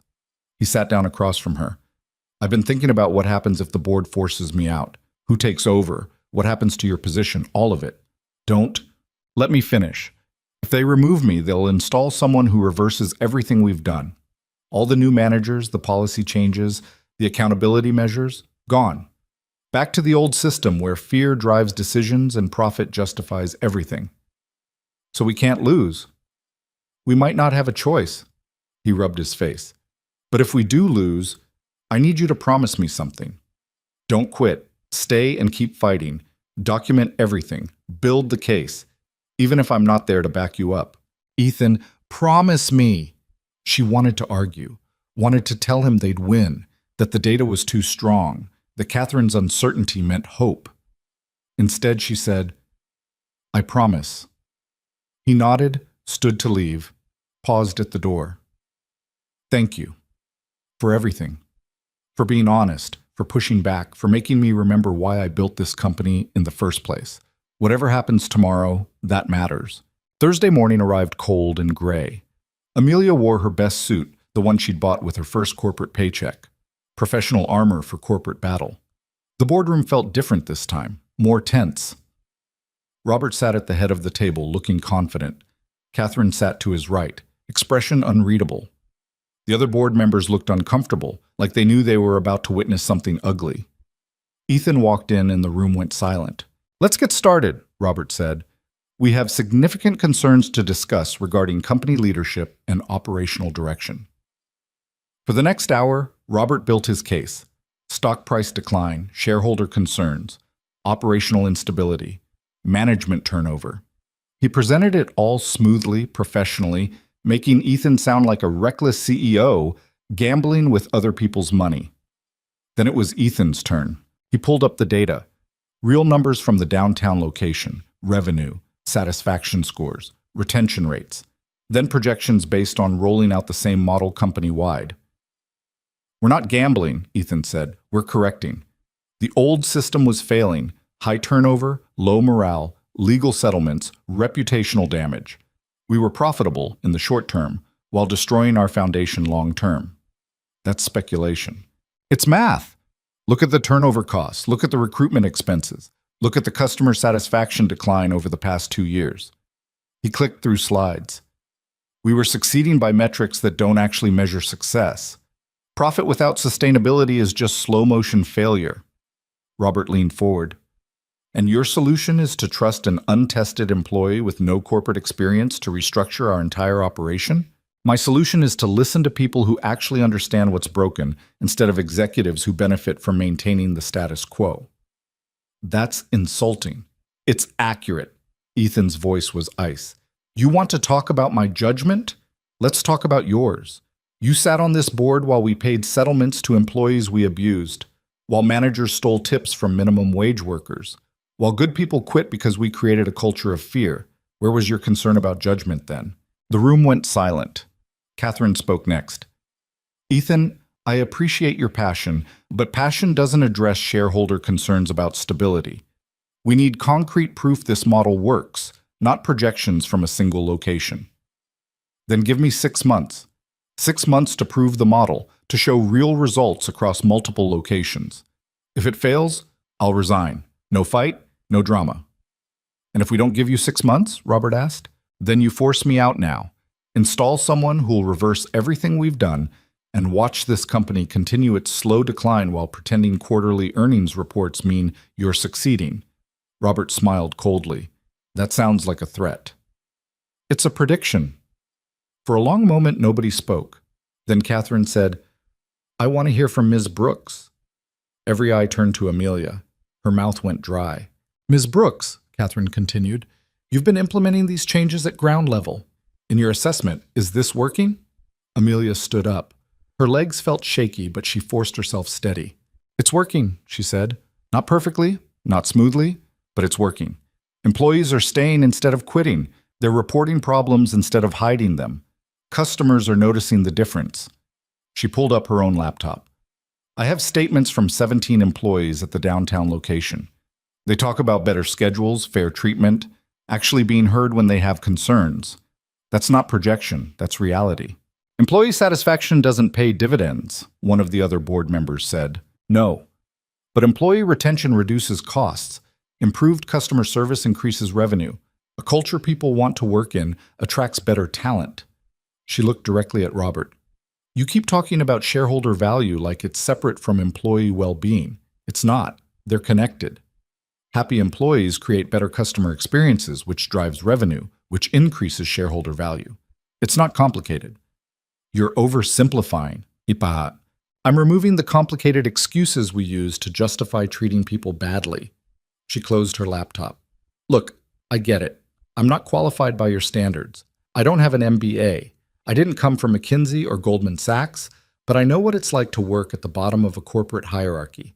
And I know that the metrics you care about, profit, growth, stock price, all depend on people who are currently being treated like they're disposable. So your recommendation is what? Robert's voice was sharp. We run the company based on feelings? My recommendation is we run it based on reality, instead of the polished bullshit that makes it to your quarterly reports. The room went dead quiet. Robert's face darkened. Ms. Brooks. Ah, she's right, Catherine interrupted. We've been operating on sanitized data for years. Everything filtered through executives who want to tell us what we want to hear. Maybe it's time we heard from someone who doesn't care about playing corporate politics. Robert looked at Catherine, then at the other board members. Something passed between them, a power shift Amelia couldn't quite read. I'm calling for a vote, Robert said. All in favor of requesting Ethan Callaway's resignation as CEO. Wait, Catherine's voice cut through. I'd like to propose an alternative. Give Ethan his 6 months, full operational authority to implement his cultural reform. If the numbers don't improve, real numbers, not just employee satisfaction surveys, then we revisit leadership. But if they do improve, we acknowledge that maybe our operational priorities needed correction. That's ridiculous. I'll second it, another board member said. An older woman Amelia didn't know. I've been watching our retention numbers decline for 2 years. If Ethan thinks he can fix it, let him try. Robert's expression went cold. This is a mistake. Then it's our mistake to make. All in favor of Catherine's proposal? 5 hands went up, just enough. Robert didn't raise his hand, neither did 2 others. But it was enough. Motion passes, Catherine said. Ethan, you have 6 months. Make them count. The meeting ended shortly after. Robert stormed out without speaking to anyone. The other board members filed out more slowly, some looking relieved, others concerned. Catherine stopped beside Amelia on her way out. Don't make me regret that vote, Ms. Brooks. I'll do my best. Your best better be exceptional. But she was almost smiling. When the boardroom cleared, it was just Amelia and Ethan. He was still standing at the head of the table, hands braced against the wood, breathing like he'd just run a marathon. We won, Amelia said. We bought time. That's different. It's something. He looked up at her. 6 months. If we can't show results in 6 months, this is over. Then we show results. Amelia, sure. No, we just stood in front of the board and told them we could fix this company. Now we actually have to do it. She grabbed her laptop. So let's get to work. They worked. 6 months felt impossibly short and endlessly long at the same time. Amelia stopped counting days and started counting small victories instead. A complaint resolved fairly. A toxic manager replaced with someone decent. An employee who stayed instead of quitting. The work was brutal. She spent January rolling out the new management model to 4 more locations. February brought a wave of resistance. Managers who resented oversight. Employees who didn't trust that things would actually change. Executives who undermined her at every opportunity. James Rodriguez was the worst.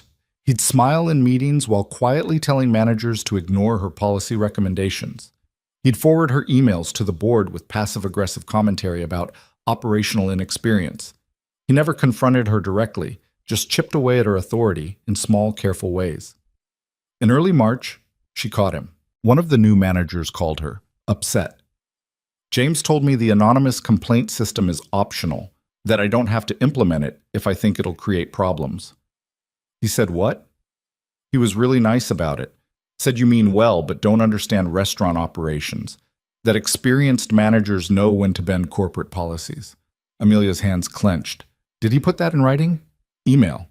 Want me to forward it? 20 minutes later, she walked into James's office without knocking. He looked up from his computer, startled. We need to talk, she said. Ms. Brooks, I wasn't expecting...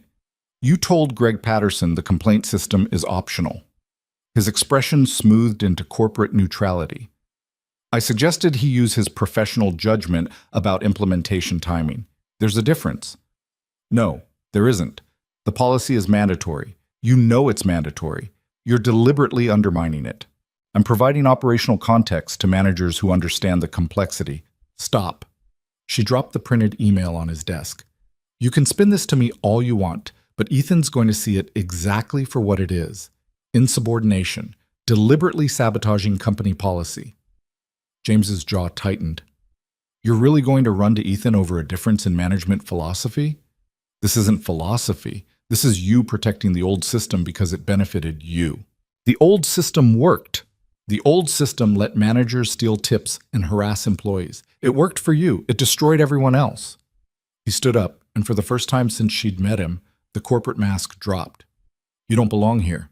You're a waitress playing executive, and everyone knows it. Ethan might be too blinded by whatever this is between you to see it, but the rest of us aren't fooled. There's nothing between us except trying to fix the company you helped break. Keep telling yourself that. He walked around his desk, got close enough that she could smell his expensive cologne. You think this crusade of yours matters? That you're changing anything? All you're doing is making everyone miserable until the board finally removes Ethan and we go back to running things properly. Then I guess you have 3 months to wait. His smile was cold. I'm counting on it. She took the email to Ethan that afternoon. He read it twice, expression darkening. He's been doing this the whole time, Ethan said quietly. Small resistance, quiet sabotage. I knew he disagreed with the changes, but I didn't realize he was actively working against them.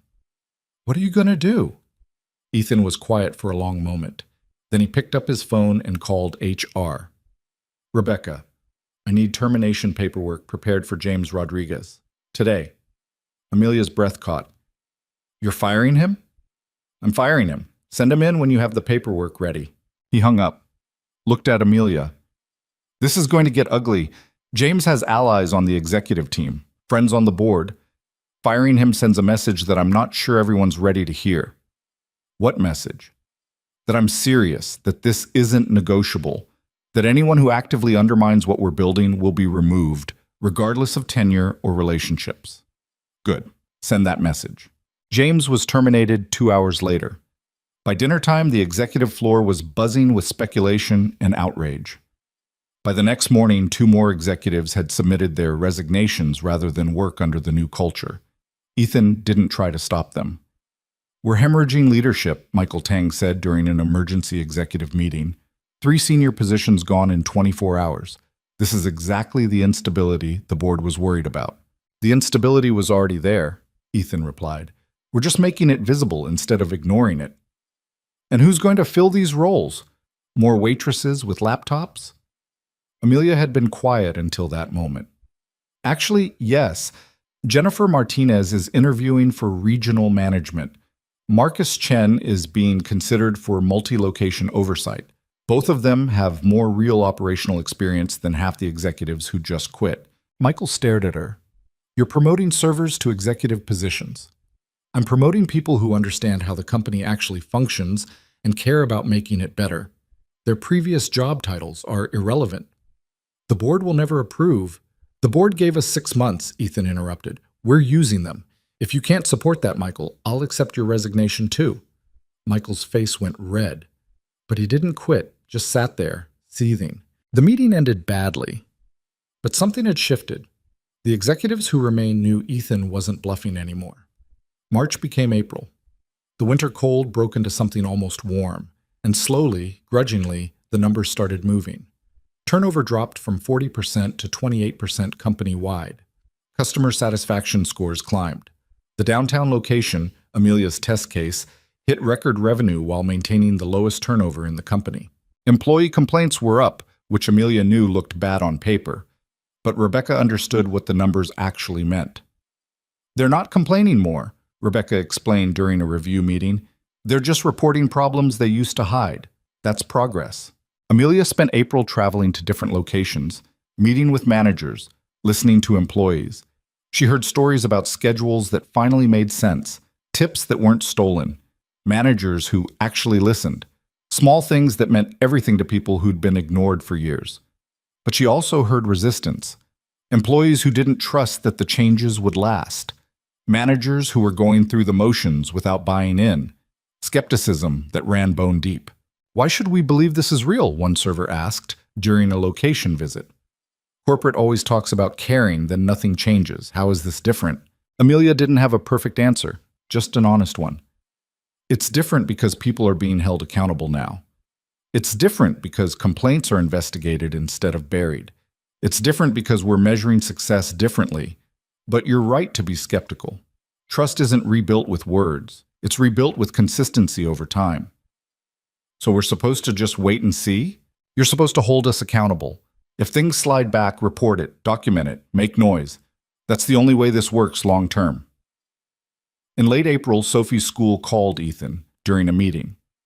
Amelia watched his expression change, concern, then fear. He ended the call quickly. "I have to go. Sophie fell on the playground. They think her arm might be broken." "Go," Amelia said. "We'll handle things here." He was gone in seconds, leaving his laptop, his phone, everything. Just a father running to his daughter. Amelia covered his afternoon meetings, fielded calls, made decisions that technically required his approval but couldn't wait. Around 6 p.m., he texted, "Fractured wrist. She's okay but scared. I'm staying at the hospital tonight. Stay as long as she needs. We're fine here." The next morning, he didn't come to the office. Or the day after that. For 3 days, Ethan Callaway, CEO of a multi-billion-dollar company, stayed home with his daughter while she recovered, and the world didn't end. When he finally returned on Thursday, he looked exhausted but different. Lighter, somehow. "How is she?" Amelia asked, milking the attention for all it's worth. "She made me watch the same movie 4 times yesterday." He smiled. It was perfect. "You stayed home 3 full days." "I did." "The board's going to have opinions about that." "Let them. My daughter needed me. Everything else could wait." That's when Amelia realized they'd already won, regardless of what happened in the next 2 months. Because Ethan had remembered what mattered, not just as CEO, but as a person. May brought unexpected support. 2 business publications ran articles about Callaway Hospitality's cultural transformation. One was skeptical but fair. The other was surprisingly positive, featuring interviews with employees about improved working conditions. Stock price stabilized, then started climbing. The board noticed. Catherine Yates called Amelia directly. The Q1 numbers look good, better than projected. Turns out when people aren't constantly quitting, you spend less money training replacements. Revolutionary concept. Catherine's tone was dry. Robert's still pushing for a vote against Ethan at the 6-month review. Does he have the votes? Not anymore, but he's going to make noise about it. Be prepared. The final board meeting was scheduled for the 3rd week of May. Amelia spent 2 weeks preparing a comprehensive presentation. Numbers, testimonials, projections, everything they'd accomplished and everything still in progress. The night before the meeting, she worked until midnight. Ethan found her in her office, surrounded by printouts and half-empty coffee cups. Same as before. Full circle. You should go home, he said, exactly like last time. I'm almost done. Amelia. He sat down across from her. Whatever happens tomorrow, you know this worked, right? The company's better than it was. People are better. That matters regardless of what the board decides. Is that your way of saying we might lose? It's my way of saying we already won the important part. We proved it's possible to run a company that's profitable and treats people decently. That knowledge doesn't disappear even if Robert somehow forces me out. She looked at him. Really looked at him. 6 months ago, he'd been this intimidating billionaire sitting alone at table 17. Now he was just Ethan, tired, human, trying to be better than he'd been. You're different, she said. So are you. How? You don't apologize for taking up space anymore.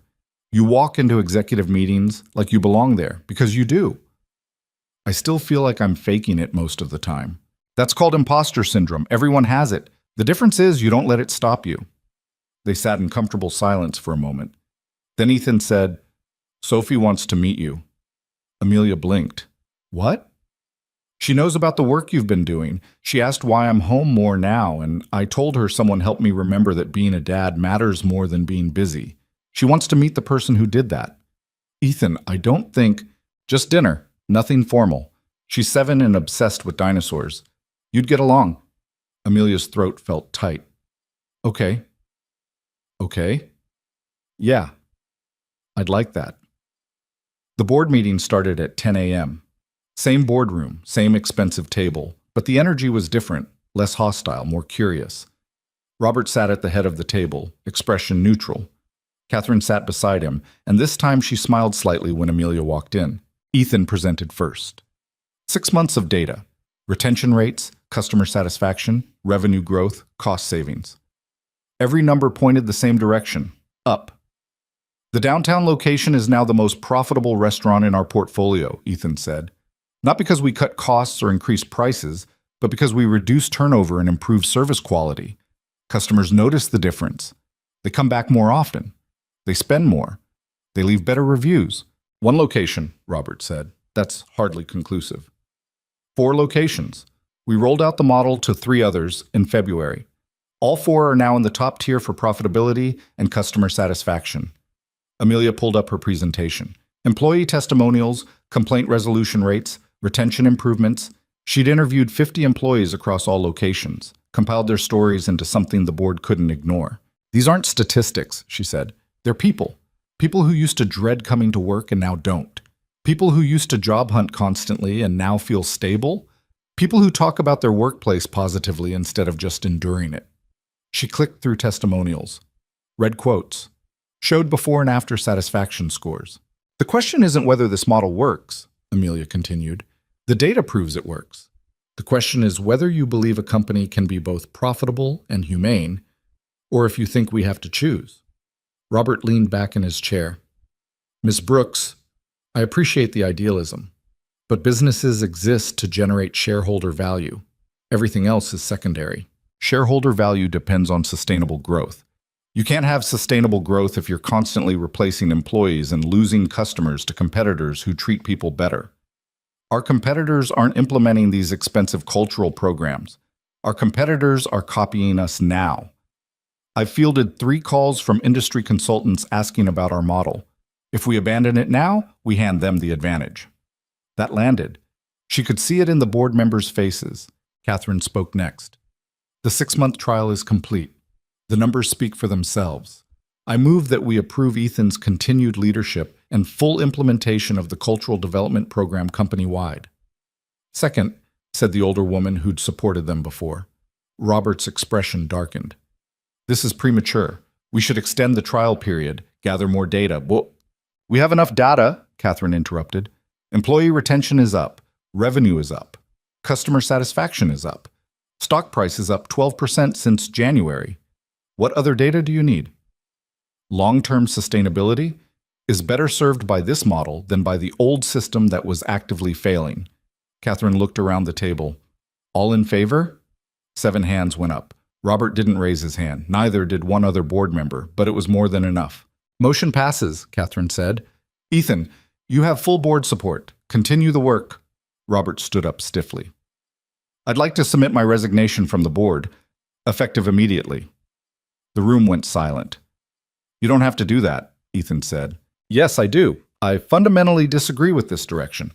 I believe you're prioritizing feelings over financial discipline, and I can in good conscience support that. He gathered his materials. I hope you prove me wrong, but I don't think you will. He left without another word. Catherine watched him go, then turned to Ethan. That's unfortunate, but probably for the best. Robert's been fighting progress for years. What about his replacement? We'll find someone who understands that business sustainability and employee well-being aren't mutually exclusive. She smiled at Amelia. Maybe someone who started their career actually doing the work instead of just managing it.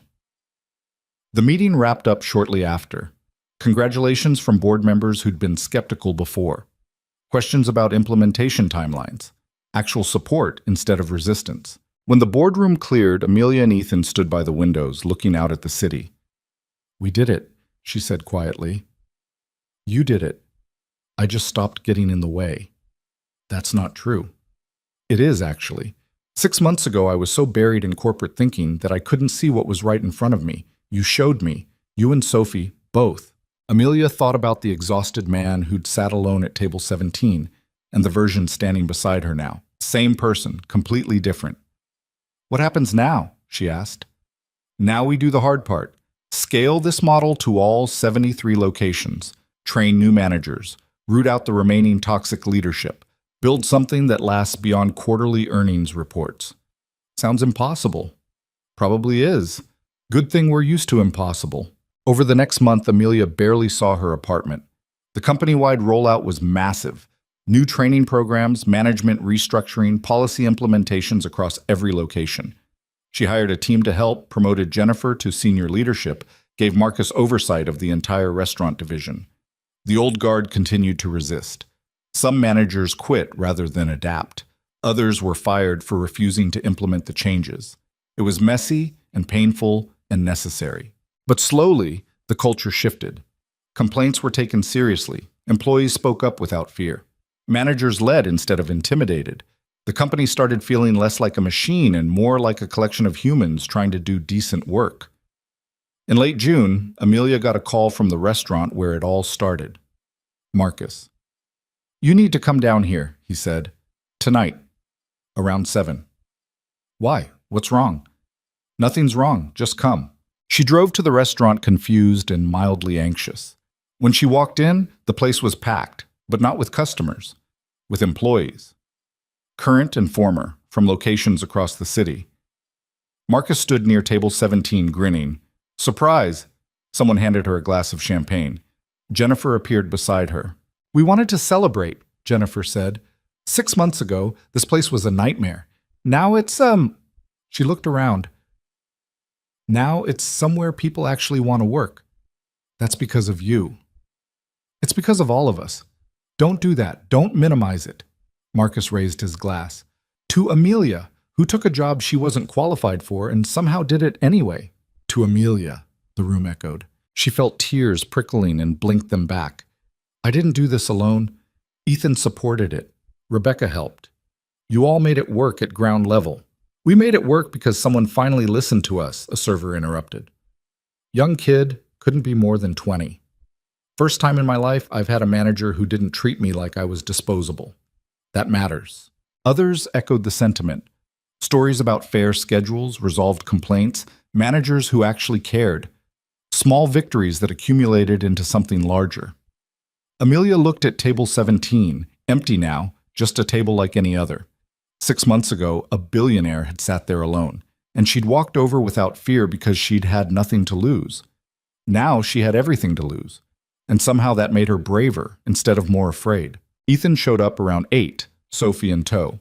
The little girl had a bright pink cast on her wrist and was currently explaining dinosaur facts to anyone who'd listen. "You threw me a party," Amelia said when he reached her. "Marcus threw you a party. I just provided the budget." "Still," Sophie tugged on Amelia's sleeve. "Are you the one who made my dad stop being grumpy all the time?" Amelia laughed. "I helped maybe, but he did most of the work. He's way better now. We went to the zoo last weekend, the whole weekend, no phone calls or anything." Sophie's expression was serious. "That was really good." "I'm glad." Sophie hugged her suddenly, fierce and quick, then ran off to continue her dinosaur lecture series. Ethan watched her go, something soft in his expression. "She likes you." "I like her too. She's got good taste in dinosaurs. She gets that from her mother." He paused. "Thank you for everything. For pushing me, for calling me out when I needed it, for not letting me hide behind corporate excuses. You would have figured it out eventually. Maybe. Maybe not. Either way, you accelerated the process." He looked at table 17. "Feels like a lifetime ago that I sat there thinking I was testing everyone else." "What are you testing now?" "Nothing. I'm just trying to show up. As a CEO, as a father, as a person. Turns out that's enough." They stood together, watching employees celebrate, watching Sophie explain something enthusiastically to Marcus, watching this small piece of the world they'd helped make better. Amelia had spent 30 years believing she needed to earn her place in the world through perfection and endless work. That her worth was conditional, always one mistake away from evaporating. She was still learning that wasn't true. Still fighting the voice that said she didn't deserve this, the success, the respect, the feeling of mattering. But she was learning, and maybe that was the real lesson hiding in all of this. That worth wasn't something you earned through suffering or proved through exhaustion. It was something you claimed by showing up honestly, by refusing to shrink yourself to fit other people's expectations, by believing that your perspective mattered even when everyone told you it didn't. The company would keep changing. Some changes would stick, others would need adjustment. There would be setbacks, resistance, failures. Nothing was fixed forever. But for tonight, in this restaurant that had transformed from a place of fear to a place of possibility, Amelia let herself feel proud. Not of being perfect, she'd never be perfect, but of being brave enough to try. 3 months later, the company's annual report showed record profits alongside record employee retention. Business publications ran features about the turnaround. Other companies started reaching out, asking for consulting on cultural transformation. Amelia hired a team to handle the consulting requests. She promoted Rebecca to Chief People Officer. She built systems and processes designed to outlast individual leaders. And she kept showing up. Some mornings she woke up still terrified she'd made a mistake, that someone would realize she didn't belong, that everything would collapse. Those mornings were hard, but she got up anyway. Because the alternative, going back to believing she was only worth minimum wage and whatever validation people felt like giving, that wasn't an option anymore. She'd tasted what it felt like to matter, to build something meaningful, to help people instead of just serving them. There was no going back from that. On a random Tuesday in September, almost a year after Ethan first walked into the restaurant, Amelia found herself at table 17 again. Marcus had insisted she come down for lunch, said there was something she needed to see. When she arrived, the table was set for 2, and sitting there reading something on his phone was Ethan. "What is this?" she asked. "Lunch. I ordered for both of us." He gestured to the chair across from him. "Sit." She sat. "You're being weird." "I'm being reflective. There's a difference." He put his phone away. 1 year ago, I sat at this table thinking I was conducting research, testing my employees, diagnosing problems, maintaining control. I remember. You walked over and treated me like a normal customer. No fear, no flattery, just basic human decency. And it broke something open in me. He met her eyes. I'd spent 4 years building walls around myself, around my company, around my relationship with my daughter, convinced that control and distance kept me safe. You didn't accept those walls. You just talked to me like I was a person instead of a position. Where are you going with this? I'm saying thank you for the honesty, for the partnership, for helping me remember who I wanted to be instead of who I'd become. He slid an envelope across the table. And I'm offering you a promotion. She opened it. Chief Cultural Officer. Executive compensation package that made her previous salary look like pocket change. Ethan, before you argue about qualifications or experience, just remember, a year ago you were a waitress who took a job she wasn't qualified for and transformed an entire company. I think you can handle this. She read the offer letter twice, trying to process it. This is an executive position. Yes. I'll be in meetings with the board, making company-wide policy decisions, representing the company publicly. Yes.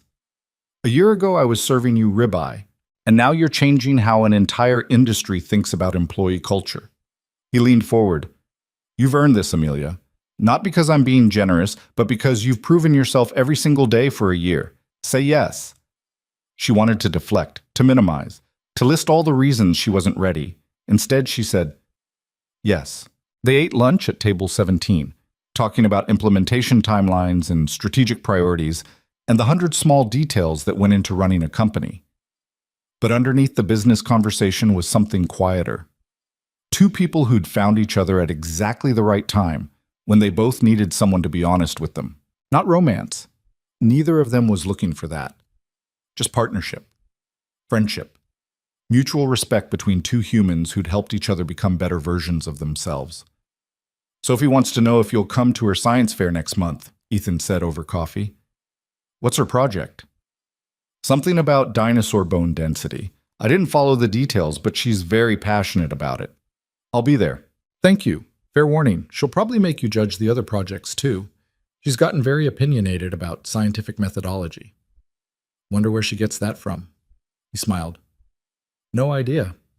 Amelia looked around the restaurant. New staff, better management, completely different energy than a year ago. People laughing, working smoothly together, treating customers well because they were treated well themselves. It wasn't perfect. There were still problems, still complaints, still days when everything felt overwhelming. But it was better. Significantly, measurably better. And that was worth celebrating. She'd spent most of her life believing she needed to be perfect to deserve good things. That one mistake would erase any progress. That her worth was always conditional, always temporary. She was still learning to let that go. Still fighting the instinct to apologize for taking up space. Still working on believing she deserved the success she'd built. But she was getting there. One day, one decision, one moment of choosing courage over fear at a time. And someday, maybe not today, maybe not soon, but someday, she'd fully believe what Ethan and Rebecca and Marcus and all the employees she'd helped already knew. That she'd always been worth more than she was paid. Always been capable of more than she was allowed to do. Always mattered, even when the world treated her like she didn't. She just needed the chance to prove it. And now, sitting at table 17 where everything started, Amelia Brooks, former waitress, current chief cultural officer, permanent believer in second chances, finally understood that she'd given herself that chance the moment she decided to walk over to a difficult customer and treat him with simple, honest respect. Everything else had just been details. The best kind of details. The kind that changed lives, starting with her own.